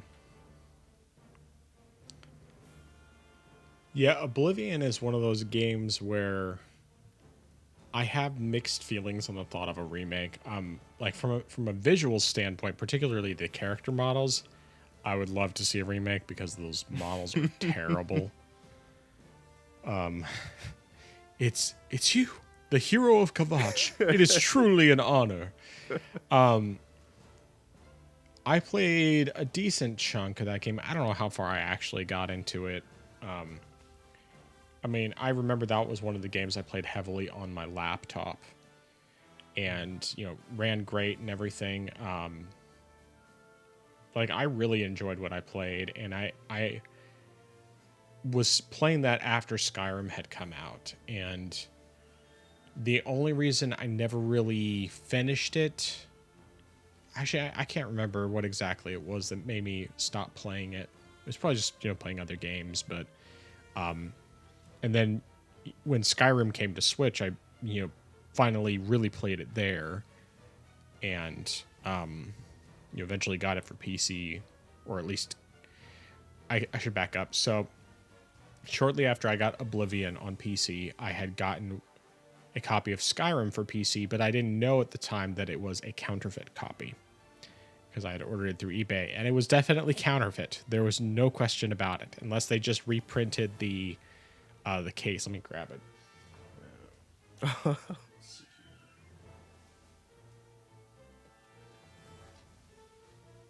So yeah, it was like in this thin case. It was very clear. Oh yeah, it's definitely a burnt CD, without question. So yeah, it was a counterfeit copy. I mean, it worked, but I didn't know it was counterfeit when I bought it and then when I got it, I was like, oh yeah, this is definitely counterfeit. Especially because it's purple on the back of the disc. I mean, it's like very clearly a burned copy. So eventually, I ended up just buying it digitally on Steam, but.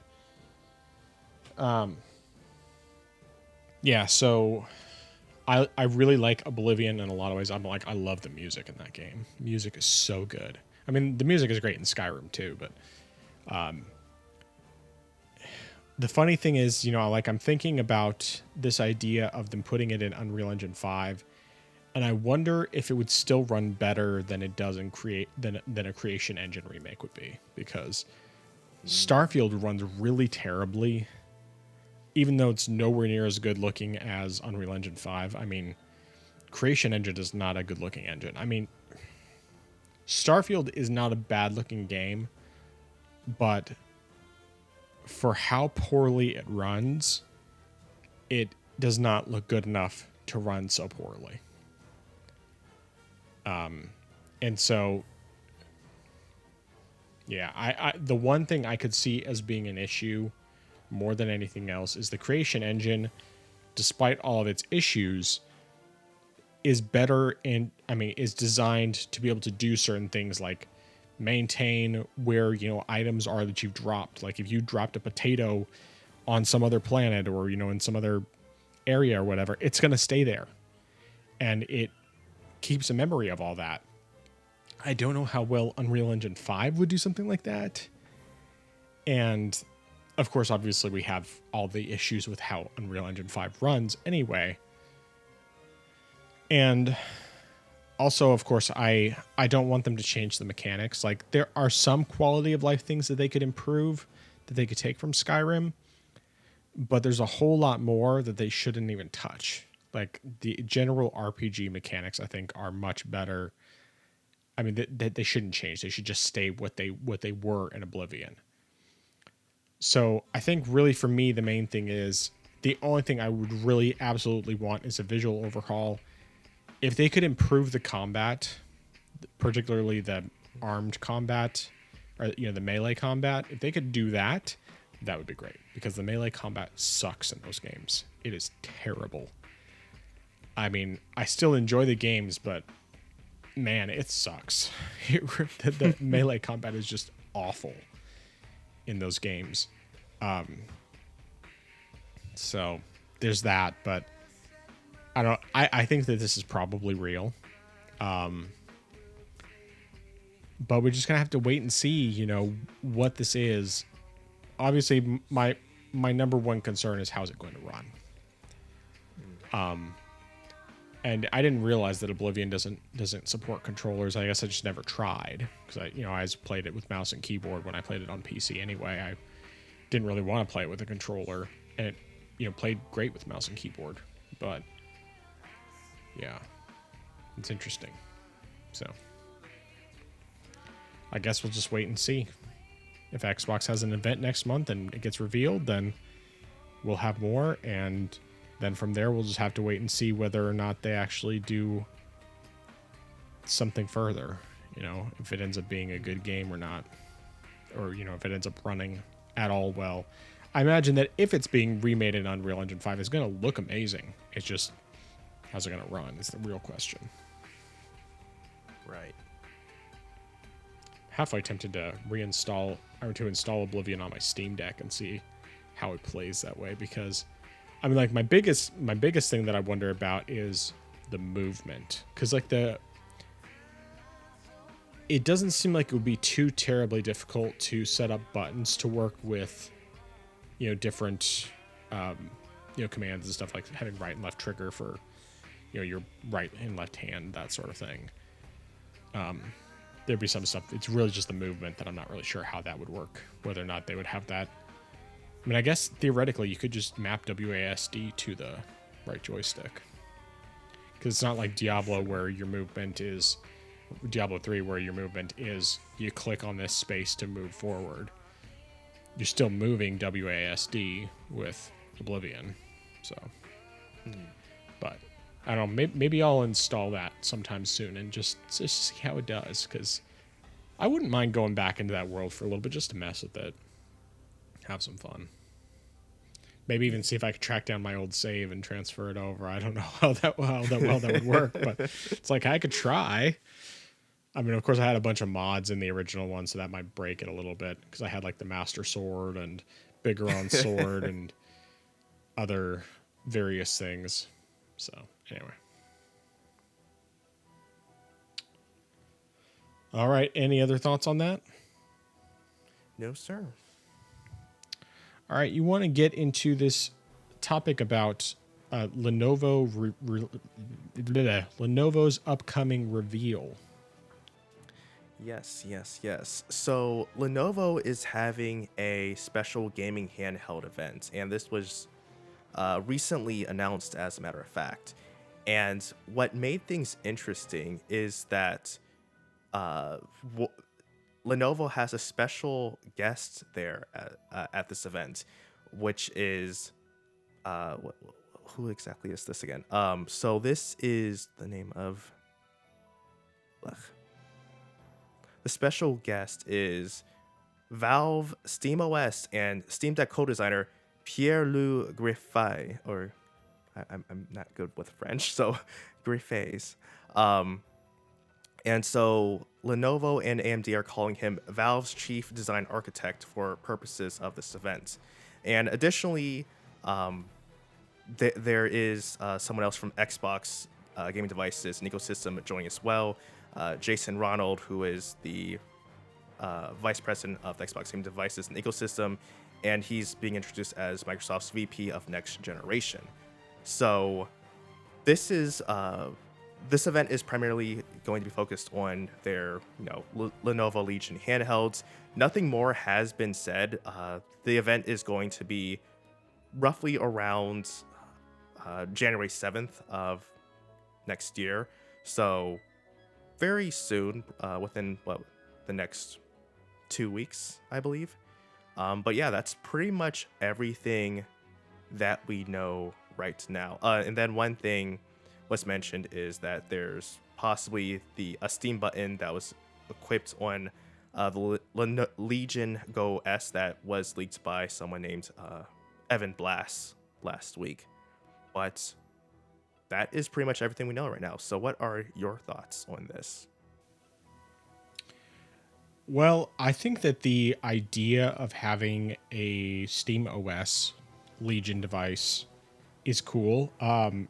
My main question with that is whether or not, whether it would just be basically the same in terms of power as the regular Legion Go, or if it would be more like the newer model of the Legion Go that, in terms of the power. I can see obviously form factor, it's smaller and it doesn't have the detachable controllers. But I'm all for having Steam OS on more handheld PCs. Personally, I wouldn't get one for that because, unless it's just dramatically more powerful, I can't really see a good reason to get something like that. But even then, it just, there has to be something that makes it stand out enough to me to where it makes it something that I would actually want to buy. Now, looking at the supposed leaked images of the next Legion Go, which has the detachable controllers, which have always fascinated me for the handheld, particularly like the mouse mode for the right controller. That interests me way more. As it stands, of the various handheld PCs that have been Windows based, the Legion Go is the one that's interested me the most. And if there's a revision coming that potentially has more power and an OLED panel, you certainly got my interest a lot more. Now, that being said, I still probably wouldn't buy one. But I would happily. If I won one, I would happily check it out because there are some games that I can't run on the Steam Deck. Lots of games that would probably run better on the Legion Go because it's more powerful than the Steam Deck. Plus, of course, it's Windows based, which makes up for where Proton cannot handle things. And that mouse mode has always seemed interesting to me. Plus, if it would be assumed that the upgraded version would have better functionality on that from that standpoint than it did in the original model, that it would be improved. And of course, obviously the OLED panel, which is a huge plus to me. would also mean I could do another comparison thing, except that it would be Lenovo Legion Go versus the Steam Deck OLED, because I could do the Lenovo against the Switch for sure, but I think that it would be more interesting to have handheld PC versus handheld PC on that standpoint. Especially because the Legion should be quite a bit more powerful than the Steam Deck. But the only way that I could see myself actually doing that is if my channel was monetized, because if my channel was monetized, I know that that would be something that could get views, which would mean more money for that and, more income, which is helpful when you're a single income household. But yeah.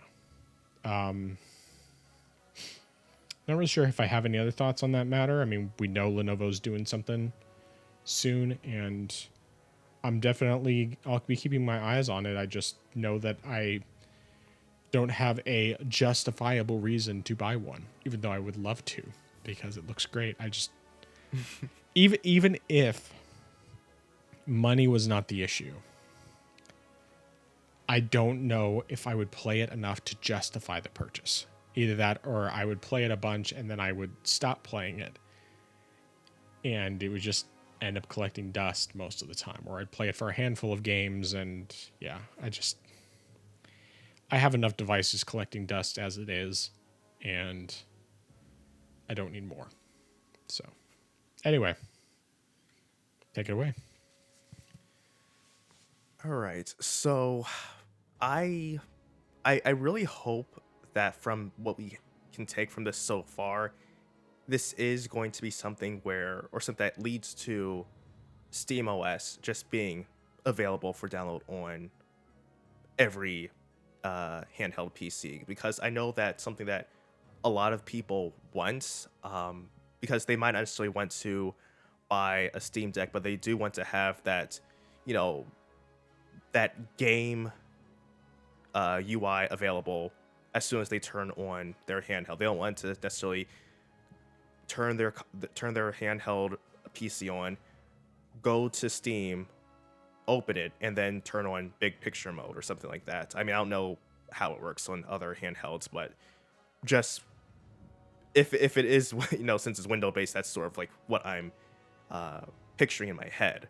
And I know that some people might say, they might use Nobara or Bazite or Chimera OS, but at the same time they might say, well, this still isn't the pure SteamOS experience that I want, even though they're giving me something that is similar.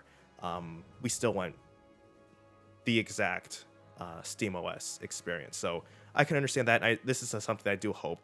And I also would like this to be something that gets pushed out, because of this, I also do want to see eventually if we could get this available for desktop performance, because if, say, someone wants to make their own sort of mini, even if Valve doesn't make this at all, and this is something that just people have been speculating about, I know people might still want to make their own Steam machines. So if they actually have SteamOS and say, hey, I can have a console-like experience on my PC in my living room, and just download SteamOS available right there, good to go. Set up, make a nice small little, a small form factor PC, put it right there, and I have my sort of console available to go. So that's another reason why I would like SteamOS to, just be closer to available, just for distribution. And of course, that would also involve, Valve. Unfortunately, NVIDIA's getting better at this, but just in general, hopefully them being able to get SteamOS compatible with NVIDIA GPU, so that way people who don't necessarily have to go and buy a AMD GPU or have to worry about their GPU not being supported, and they still want to just use it right out the box. So hopefully that's what this is leading to. But similar to you, even if this is something where it's just them putting out a Legion Go with SteamOS, it's not something that I would get, because while it technically, like you said, would be more powerful, it is essentially more or less what we're getting right now, where it's just a device with SteamOS. And that's not enough justification for me to get it, because, I mean, technically, on that same sense, I could go buy an ROG Ally and just download SteamOS and have the same thing there. So I would want to do something that is possibly different, or something that might be slightly different. Like, for example, with the Orange Pi Neo that is supposed, I don't know when that's coming out, but that is it's not SteamOS, but it's completely based on Manjaro Linux, and I've used Manjaro in the past as a daily driver. So I'm very interested in seeing how they would try to take that and make that into a sort of SteamOS experience. While I'm not entirely certain that I would buy one, especially at launch, it's something that I would be interested in because it is something that is different enough from being just SteamOS. So I would be intrigued in buying that, but I don't know. I would just have to really wait and see and know for certain what we would be getting out of this Legion, just to know. Like I don't know how I would feel about detachable controllers. I mean, I don't feel like personally it would be worth it for me, just because of the fact that, just based on previous experience with using a Switch with the Joy-Cons, if I'm not using my Switch docked, I would really just be using it in handheld mode. I wouldn't really be using it in tabletop mode, so it wouldn't really matter that too much to me. But granted, at the same time, another reason why if I did use it in tabletop mode, I would most likely just be using a Pro controller anyway, just because I really prefer those controllers more. Yeah. So I don't know, because I mean, for one thing, also in some sense, I kind of don't know how the Legion controllers work, just because I don't really use it too much, but I don't know if I would miss having the trackpads. That's just something I'm not entirely certain about either. But for sure. But this is definitely interesting, though, and definitely, as you said, something to keep an eye out on in the future, just to know how things go forward from here. For sure. Yeah, I mean, the detachable controller thing, like, in general, I'm not sure if I'm super interested in it, because, like, I like it sometimes with the Switch when it's docked, but that's really the only situation where I make use of that. With this, it's more just because of the mouse mode that I find so interesting, because, like, I remember watching people test it out on the first Legion Go, for both shooters and for, like, Ghost Runner was an example where they used it. I think it was actually Ghost Runner 2. And for something like that, it'd be like, yeah, okay, I could see that being really useful for that situation. And that is, like, the one and only reason why that interests me. Because there's games like Destiny 2 that only run on Windows, and considering my experience playing Destiny 2 on the Steam Deck with Windows was kind of mixed, particularly because I didn't have mouse controls unless I plugged in a mouse and keyboard. That's something that I could see being interesting, but that's really about the extent of it. I mean, the one nice thing is that if I did ever get something like this, the dock that I have that I use for my Switch and my Steam Deck would work for the Legion Go. So that's pretty nifty. But yeah, that's all I got to say on that. All right, we have one final topic for tonight, and that is that Sega is thinking of launching its own subscription service. So we don't have any. This is not like confirmed by Sega, but this is a story from the BBC. They say Sega is considering launching its own Netflix-like subscription service for video games, a move which would accelerate gaming's transition towards streaming. Of course, they make comparisons to Game Pass and PlayStation Plus, and Sega's president Shuji Utsumi told the BBC such subscription products were very interesting, and his firm was evaluating some opportunities. We're thinking something and discussing something we cannot disclose right now, he said. So it's of course there's nothing like confirmed, but it sounds like they're at least talking about something, whether it's that specifically or something along those lines. There's no telling whether this would be something more along the lines of Game Pass, where they'd put like some of their brand new games as a day one thing in their service. But they're not alone in this. And even Game Pass is probably the one that is best known because of the fact that it offers games from so many different publishers. Whereas, you have other subscriptions like EA Play and Ubisoft Plus and things like that. PlayStation Plus to a lesser extent, but PlayStation Plus, you're mostly paying for the online, and then you get some games included with that. Just much less extensive than what you get with Game Pass. But I think it's also cheaper than Game Pass, probably. So, anyway, what are your thoughts on this? So, I at first I had an initial thought where I was wondering, why is this happening? But I then sort of dialed it back because I thought about it for a second, and while it's not to the same degree, they did have a moment where they were considering something before, and that was using NFTs, since that was a very hot thing several years ago. And fortunately, due to backlash from consumers, they backed off and said, "We've heard you.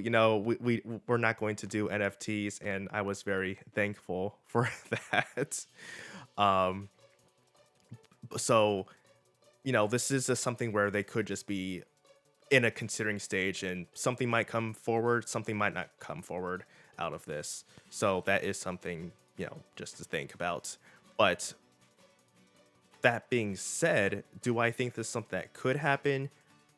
Maybe. And also, I don't know, even to a degree, as to how or what they would add to it. I don't know if it is something where it would be like Game Pass, where they have just pretty much every game available, or most modern games available, or it could be something similar to Nintendo Switch Online, where it's only classic games, or something to that degree. But granted, I feel like that would kind of be a waste. Well, actually, no. Correction. That wouldn't necessarily be a waste, because they did delist all their classic games from every store. So I actually could see them saying, yeah, this is going to be something similar to Nintendo Switch Online, where you can play all of our classic games as part of a subscription service, which I feel like is kind of scummy to do. Just removing the ability for people to just buy the games and play them. But at the same time, that's how I feel on that end. But I feel like the best case scenario would be is if they just have something set up where their games are available to play if you have the service. At the same time, though, people still have the option to buy the games. Like, if they stopped making games exclusively, say if they put out, they're never going to do this, but say they put out Persona 6 and it was available only through the streaming service, and you couldn't just go and buy the game outright, I would have a problem with that. But I doubt they're going to do something like that. But I just want them to know, hey, you can have this streaming service like Game Pass, but similar to Game Pass, make sure you still have the option for people who don't want to subscribe to be able to just buy the game. Similar to Game Pass and other services, I don't dislike the option of being able to subscribe and rent out these games, but I still don't want people, namely these companies, to think that means they should just deny people the ability to play these games. Because, that's something we have seen before, and also it's very prevalent in video and TV streaming services, where you can't buy these shows or movies, but you can only rent them through a subscription service. And so, and more people are also, or more companies are also not even putting their stuff on, physical. So that's another reason why I am sort of I sort of want to be preemptive, and people say, "Oh, well, they're not doing anything." Well, they're not doing anything yet. So I just want to, have that caution of what could happen down the road. But I mean, just in general, I don't have a problem with it. But of course, this is still just all in the consideration phase, so we don't know what'll happen moving forward. But that's pretty much everything I have. Yeah, but I don't have a whole lot to add to that. I pretty much agree with everything you said. Um, I think as long as there's still another way to actually purchase things, I don't have an issue with them doing subscription service. I mean, yeah, it's ridiculous how many subscription services there are out there, but as long as they're not requiring it, it's not that big of a deal. Like, I definitely have an issue with, especially on the video side, these streaming services that say if you aren't subscribed to this, you can't watch it. Period. You can't get a physical version, even a year after the thing has already ended. Because, as one example, so when we still had Disney Plus, they did a series that was a follow up to the Santa Claus movies with Tim Allen. It was actually really good. Like, it was legitimately great, but there's no physical version whatsoever. And I would like to get the physical version if such a thing existed, because I thought it was actually really, really good. It was like very well done. It was not trying to appeal to a modern audience. It was just a very well done thing. And I mean, like, especially the third Santa Claus movie was very cheesy and was just kind of like, okay, but it was fine. I mean, we typically will watch it every year. I'd like, the first one's a classic. The second one is pretty great too. And the third one's just like, but it's fine. But so many movies and series are just garbage nowadays that it was a breath of fresh air, because it was actually really well done. And there's no physical version, not that I can find anywhere. And it's things like that that irritate me, because I would very much like to be able to get physical versions of these things. I like to be able to actually own the stuff that I want to watch again, instead of being forced to be subscribed to some service that I don't even want. And of course, Disney Plus is one of those things where my intention is to never subscribe to them again, because they haven't put out, I mean, that's like the only thing that they put out in recent memory where it's something that I would like to watch again. Everything else has just been like, at best, mediocre. And in most cases, just something where I'm like, I don't even want to touch that with a 10-foot pole. Like the vast majority of the Marvel movies. In fact, I think the only Marvel movie I've watched since Endgame that I actually liked, well, I guess there's technically Spider-Man No Way Home, but that was a Sony movie as opposed to specifically a Marvel movie, even though it's part of the MCU. And that one was great. But apart from that, the only one that I watched and legitimately really liked, and I should probably need to see if I can find a physical of it, is the third Guardians of the Galaxy movie. It was actually really good. And it didn't go off in any weird directions. The second one, it was better than the second one. The second one was fine, but it wasn't as good as the first one. And the third one was pretty great.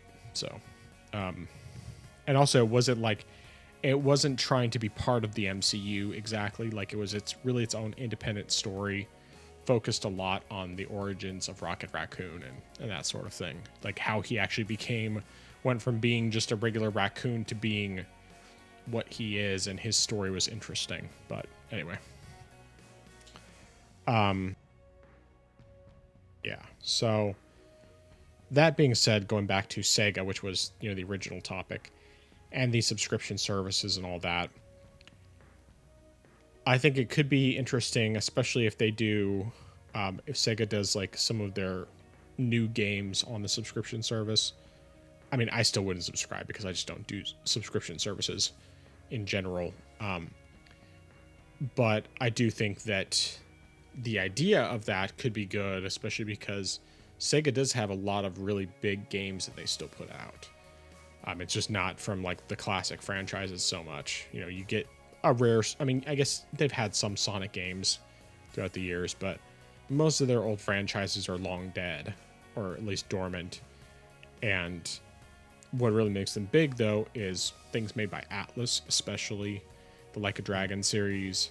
I know that there's some other ones, but, I mean, Atlas covers quite a few. I mean, you have Persona and Shin Megami Tensei from that. You have Metaphor ReFantazio that just came out, and, they still put out lots of good stuff. So, I don't know. We'll wait and see what happens on this front. Yeah, I don't really have anything else. Same here. All right. Recommendations and dissuasions. Start us off. All right. So I have several recommendations here. 2 Christmas movies, and the first one is going to be The Homecoming. This is sort of what jump-started the Walton series, and this, if you don't know what that is, if anyone watching doesn't know this, it is a TV series that was from, 60s or 70s, and the premise is pretty much not necessarily small, but a family that lives in a rural area during the Depression, and just sort of like their daily life in that period. And The Homecoming, which was the movie that started the series, was about Christmas, and the father was going out to work, and he was going out to another town to find work, do a job there. And during Christmas Eve, the mother hears on the radio that there was an accident on a bus and 2 men died. So she sends her oldest son to go out and to figure out what happened to him, to know if he was among the injured, if he was on the bus at all, and what happened at that end. So he goes out, he goes to a local preacher, and he helps him to go out and try to help him find his father. And yeah, it's pretty much a nice little wholesome film. And so it's definitely something that, definitely can recommend people to watch. And I recommended this one last year, but I saw this in the store today, and I had to get this one since I had to get a new copy of this, but I got It's a Wonderful Life. It is a Christmas classic, and it's just something that I can enjoy watching every year, and it's really and it really meant much more to me a couple years ago, and so I guess since then, I still enjoyed it even more as a result. But yeah, definitely recommend It's a Wonderful Life. Last recommendation, and this is something that I sort of personally learned recently, and that is to not check, not double check, not triple check, but quadruple check any drives you could be formatting in any sort of fashion. I was recently formatting a new drive because I was going to get that encrypted, and I had several 1 terabyte drives attached to my computer, and I was really trying to make sure that I was not formatting the wrong one. And so I do know that sometimes you could make a mistake where you think, oh yeah, this is the right one, whether it's, it's just a portable drive, whether you think it's just a thumb drive. Still, just take the extra time to check before you hit OK, because you might format the wrong drive, and it might be a problem, might not be a problem. So definitely make sure you do those checks. Always good recommendations, and I have to absolutely second It's a Wonderful Life. That is one that we have watched every Christmas Eve. Most of the time we've been married. I can't remember when we started watching it, but we've been watching it for a long time. And yeah, every year it's always like, I feel like we just watched this. And of course, we'll be watching it tomorrow. We're going to put it on for the kids earlier in the day, or I mean, for the evening movie, put that on for them. So probably have them watch that in the front bedroom. We have to put on the color version for them because my daughter has told me that she doesn't like the black and white movies. So because my wife put on the 1951 version of the Christmas Carol, Scrooge, Ah. which that was my first time seeing it. I liked it, but Oh wow. she put that on, and my daughter informed us very early on she doesn't like black and white movies. So the Blu-ray version that we have, it has the colorized version, which we watched one time. Neither one of us liked it that way, so we only watch it in black and white, but we can put it on in color for the kids, and then they can watch that. But tomorrow's probably going to be more of a Christmas movie marathon most of the day because we want to get in all the ones that we haven't watched yet this year. And I think right now we have Santa Claus 2 and 3. Obviously, It's a Wonderful Life, which will just be probably what we put on for the kids during dinner. And then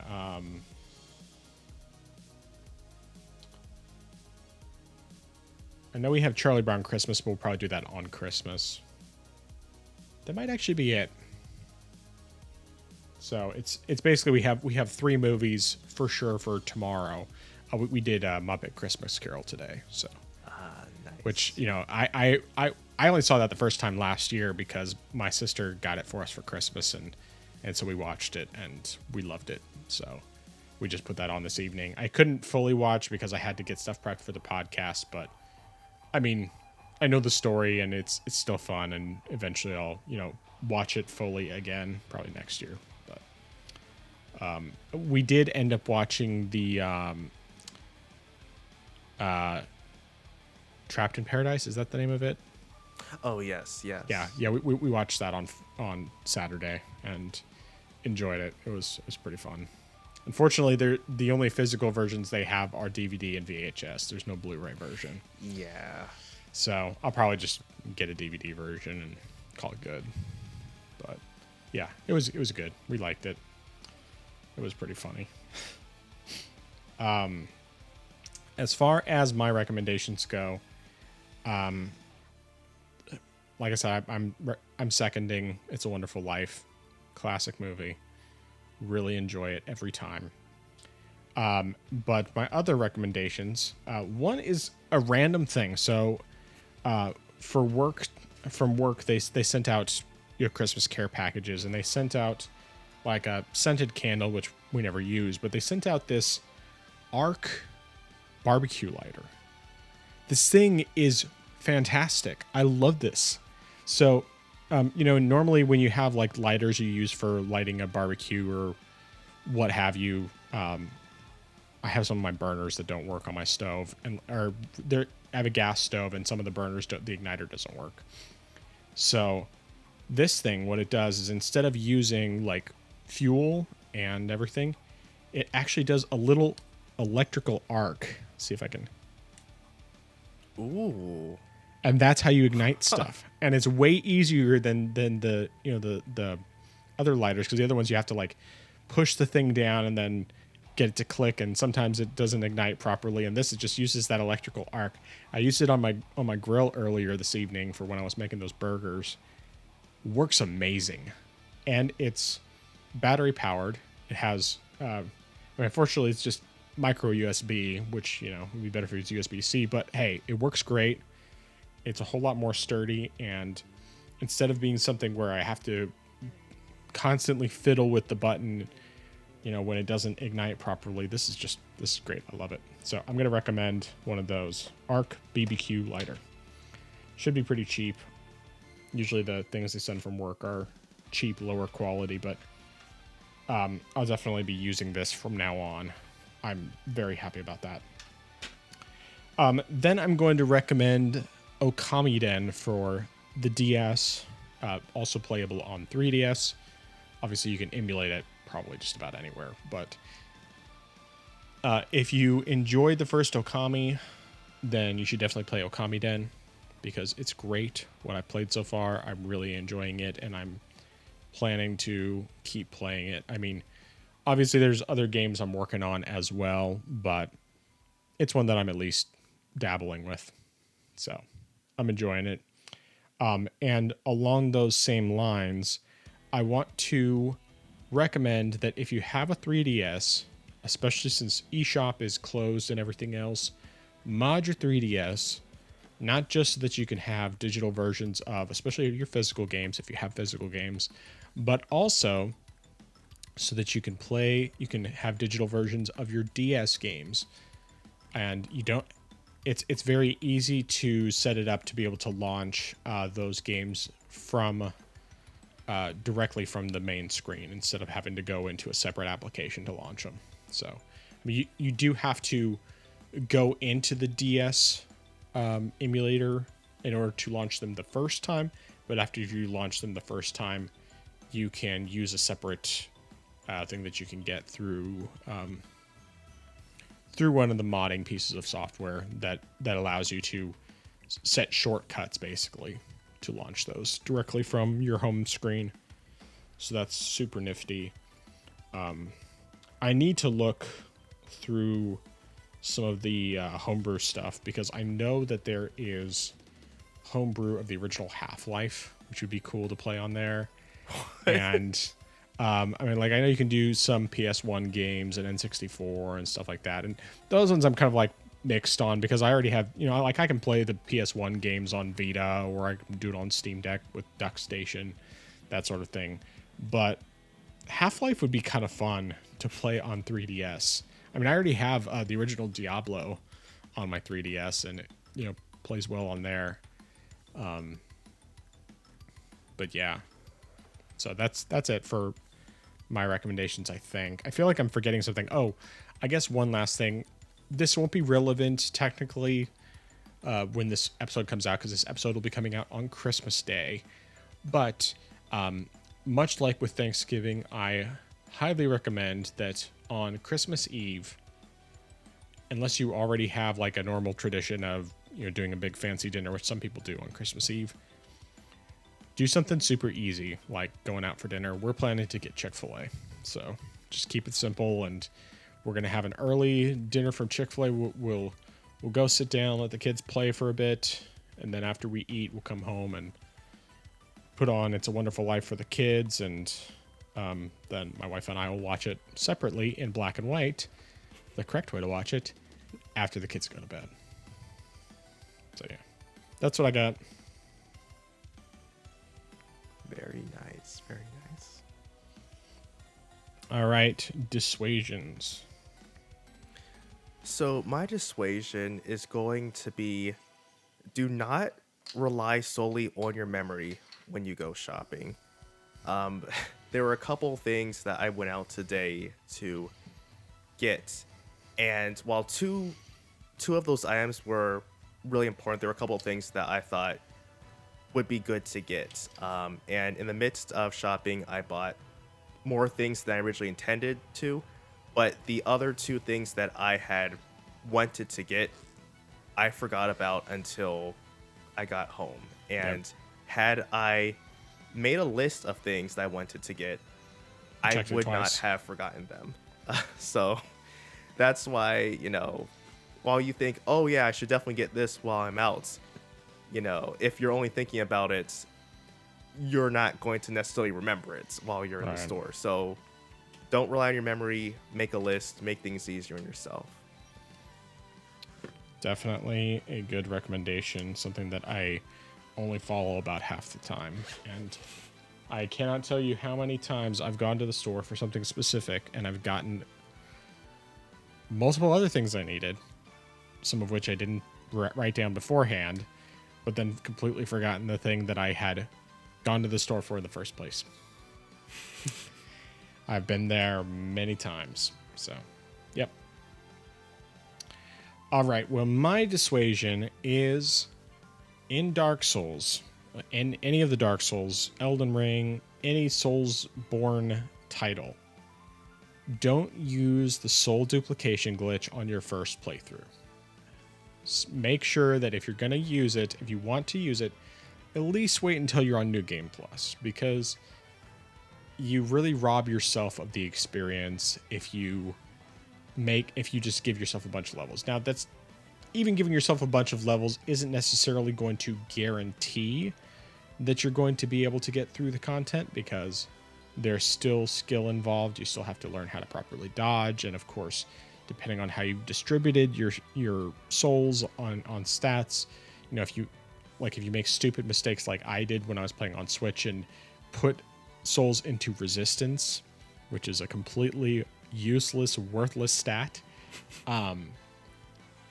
then, you won't necessarily have as much success. But even with that being said, it's much better to just experience the game as it's meant to be experienced the first time through. After that, if you want to use soul duplication, by all means use it. But as fun as it can be, I just feel like you miss out so much on the experience of these games and appreciating what they are by using soul duplication before you've actually beaten the game normally. So that's what I got. Yeah, that's very good, because you really don't want to rob yourself of a good experience the first time, especially if it's completely fresh and new to you. Yeah. For sure. All right. Where can people find you? They can find me on my channel. I am Xeracon. That's IAMXERACON. So youtube.com/@IamXeracon. No new video this past week. Only did the live stream, which you can check if you want on my channel. That's still up. I mean, it's 9 hours, so I wouldn't really recommend doing that. But if you felt like watching it for some reason, you can do that. The next video, which will, well, I don't know when that's going to come out because of Christmas and whatnot, but next new video will be about sort of just a retrospect of my past year gaming, pretty much primarily on Linux, and sort of like sharing about what to expect if people were considering doing that, knowing about what issues you might encounter gaming on Linux as a whole. So just giving my thoughts on that based on what I've been playing this past year, and giving my thoughts on that and things that could be better. But yeah, that's everything. Very good. Well, you can find me on my YouTube gaming channel at TheFrozenGamer87. Haven't been any new videos put up this week. I decided not to put up the summary of the Game Awards stuff, mostly just because I didn't get to it, and now I feel like it's kind of a little too late. I may still break that up when I'm doing the editing, or after I do the editing for this episode that's going up on Christmas Day. I may still get the Game Awards discussion clip put up, but I haven't quite decided if I'm doing that or not. But either way, there will be clips for all the different topics we've talked about tonight with it over the next week.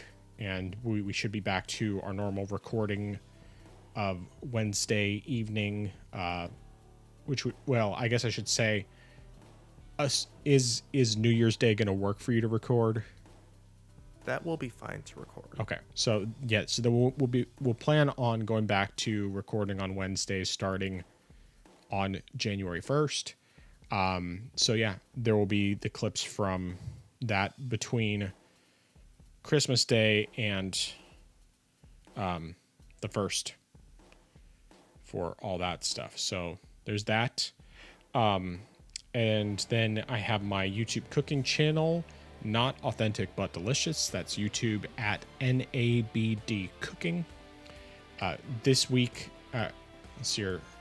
I don't think I put anything out last week. It's kind of a blur. It blurs together. I didn't put anything out last week, but this Wednesday I will have a recipe for my dad's favorite breakfast sandwich that he used to make when I was a kid. One of the first things I ever learned how to make.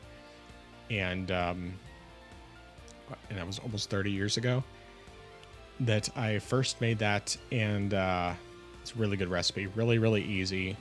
Like super easy. Like it's technically like 4 or 5 ingredients. And most of it, yeah, it's just absurdly easy. So yeah, just check out that recipe. It'll be up on Christmas Day. Just honoring my dad, remembering, that not that I go into everything, or just, more reminiscing a little bit about the fact that this was something that my dad used to make all the time when I was a kid, and that he taught me how to make.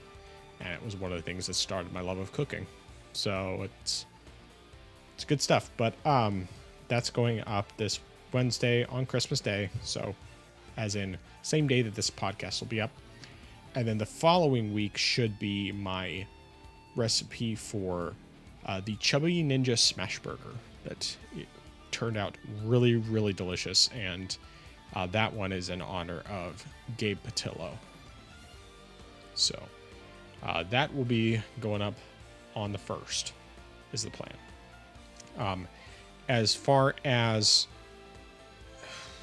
I guess I do want to also mention that I am going to be, for the gaming channel, I'm going to be recording, the next comparison I'll be recording is for Persona 5 Strikers between the Switch and the Steam Deck OLED. So that'll be a fun one. I don't know when that's going up exactly, but I'm going to try to at least get the gameplay recorded over the weekend. And I think that should be doable. We'll just kind of play it by ear, see how things go. So at least on the plus side, I can record that. I don't have to wait until after the kids are in bed, so that'll make a big difference in my ability to record. It's just still a matter of finding the time to do it. So, but then for the podcast, of course, you can find the audio only version of the podcast on every major podcast platform. That includes Apple Podcasts, YouTube Music, Amazon Music, Spotify, Deezer, iHeartRadio, Pandora, probably some others that I can't remember off the top of my head. The podcast normally goes up at 12 a.m. Central Time every Friday. In this case, of course, it's going up on Christmas Day. But otherwise, it will be normally 12 a.m. Central Time on Fridays. The video version of the podcast, of course, is on our YouTube channel at the Orange Box Podcast. There, not only can you see our beautiful faces, but you can see clips from any games we've been playing, as well as clips from different things we've been discussing, especially if there's been trailers for new games that have been revealed, or ports, etc. Just anything that we're discussing. Usually we're going to have some type of gameplay footage, if it is something that is new in particular. And if you want to reach out to us, you can, of course, comment on the video version of the podcast, or you can send us an email, theorangeboxpodcast@gmail.com. You could also tweet us at theorangeboxpod. And feel free to reach out to us if you have any questions, comments, want to tell us to Persona 3 ourselves, or any other various feedback that you have. Even if you don't, though, we're still going to talk for 2.5 hours every week, sometimes longer depending on internet issues and so on and so forth. But it's going to be pretty consistent, because this is how we catch up from week to week, see how everything's going and what we've been playing, and just get to talk about these topics that we don't always get to talk about otherwise. So I believe that's everything. Any final thoughts? No, sir. All right. Well, I am the Frozen Gamer 87. That is I am Zaracon. We are the Orange Box Podcast. And until next time, enjoy the family time you have for Christmas, and have a Happy New Year. Orange Box Podcast out.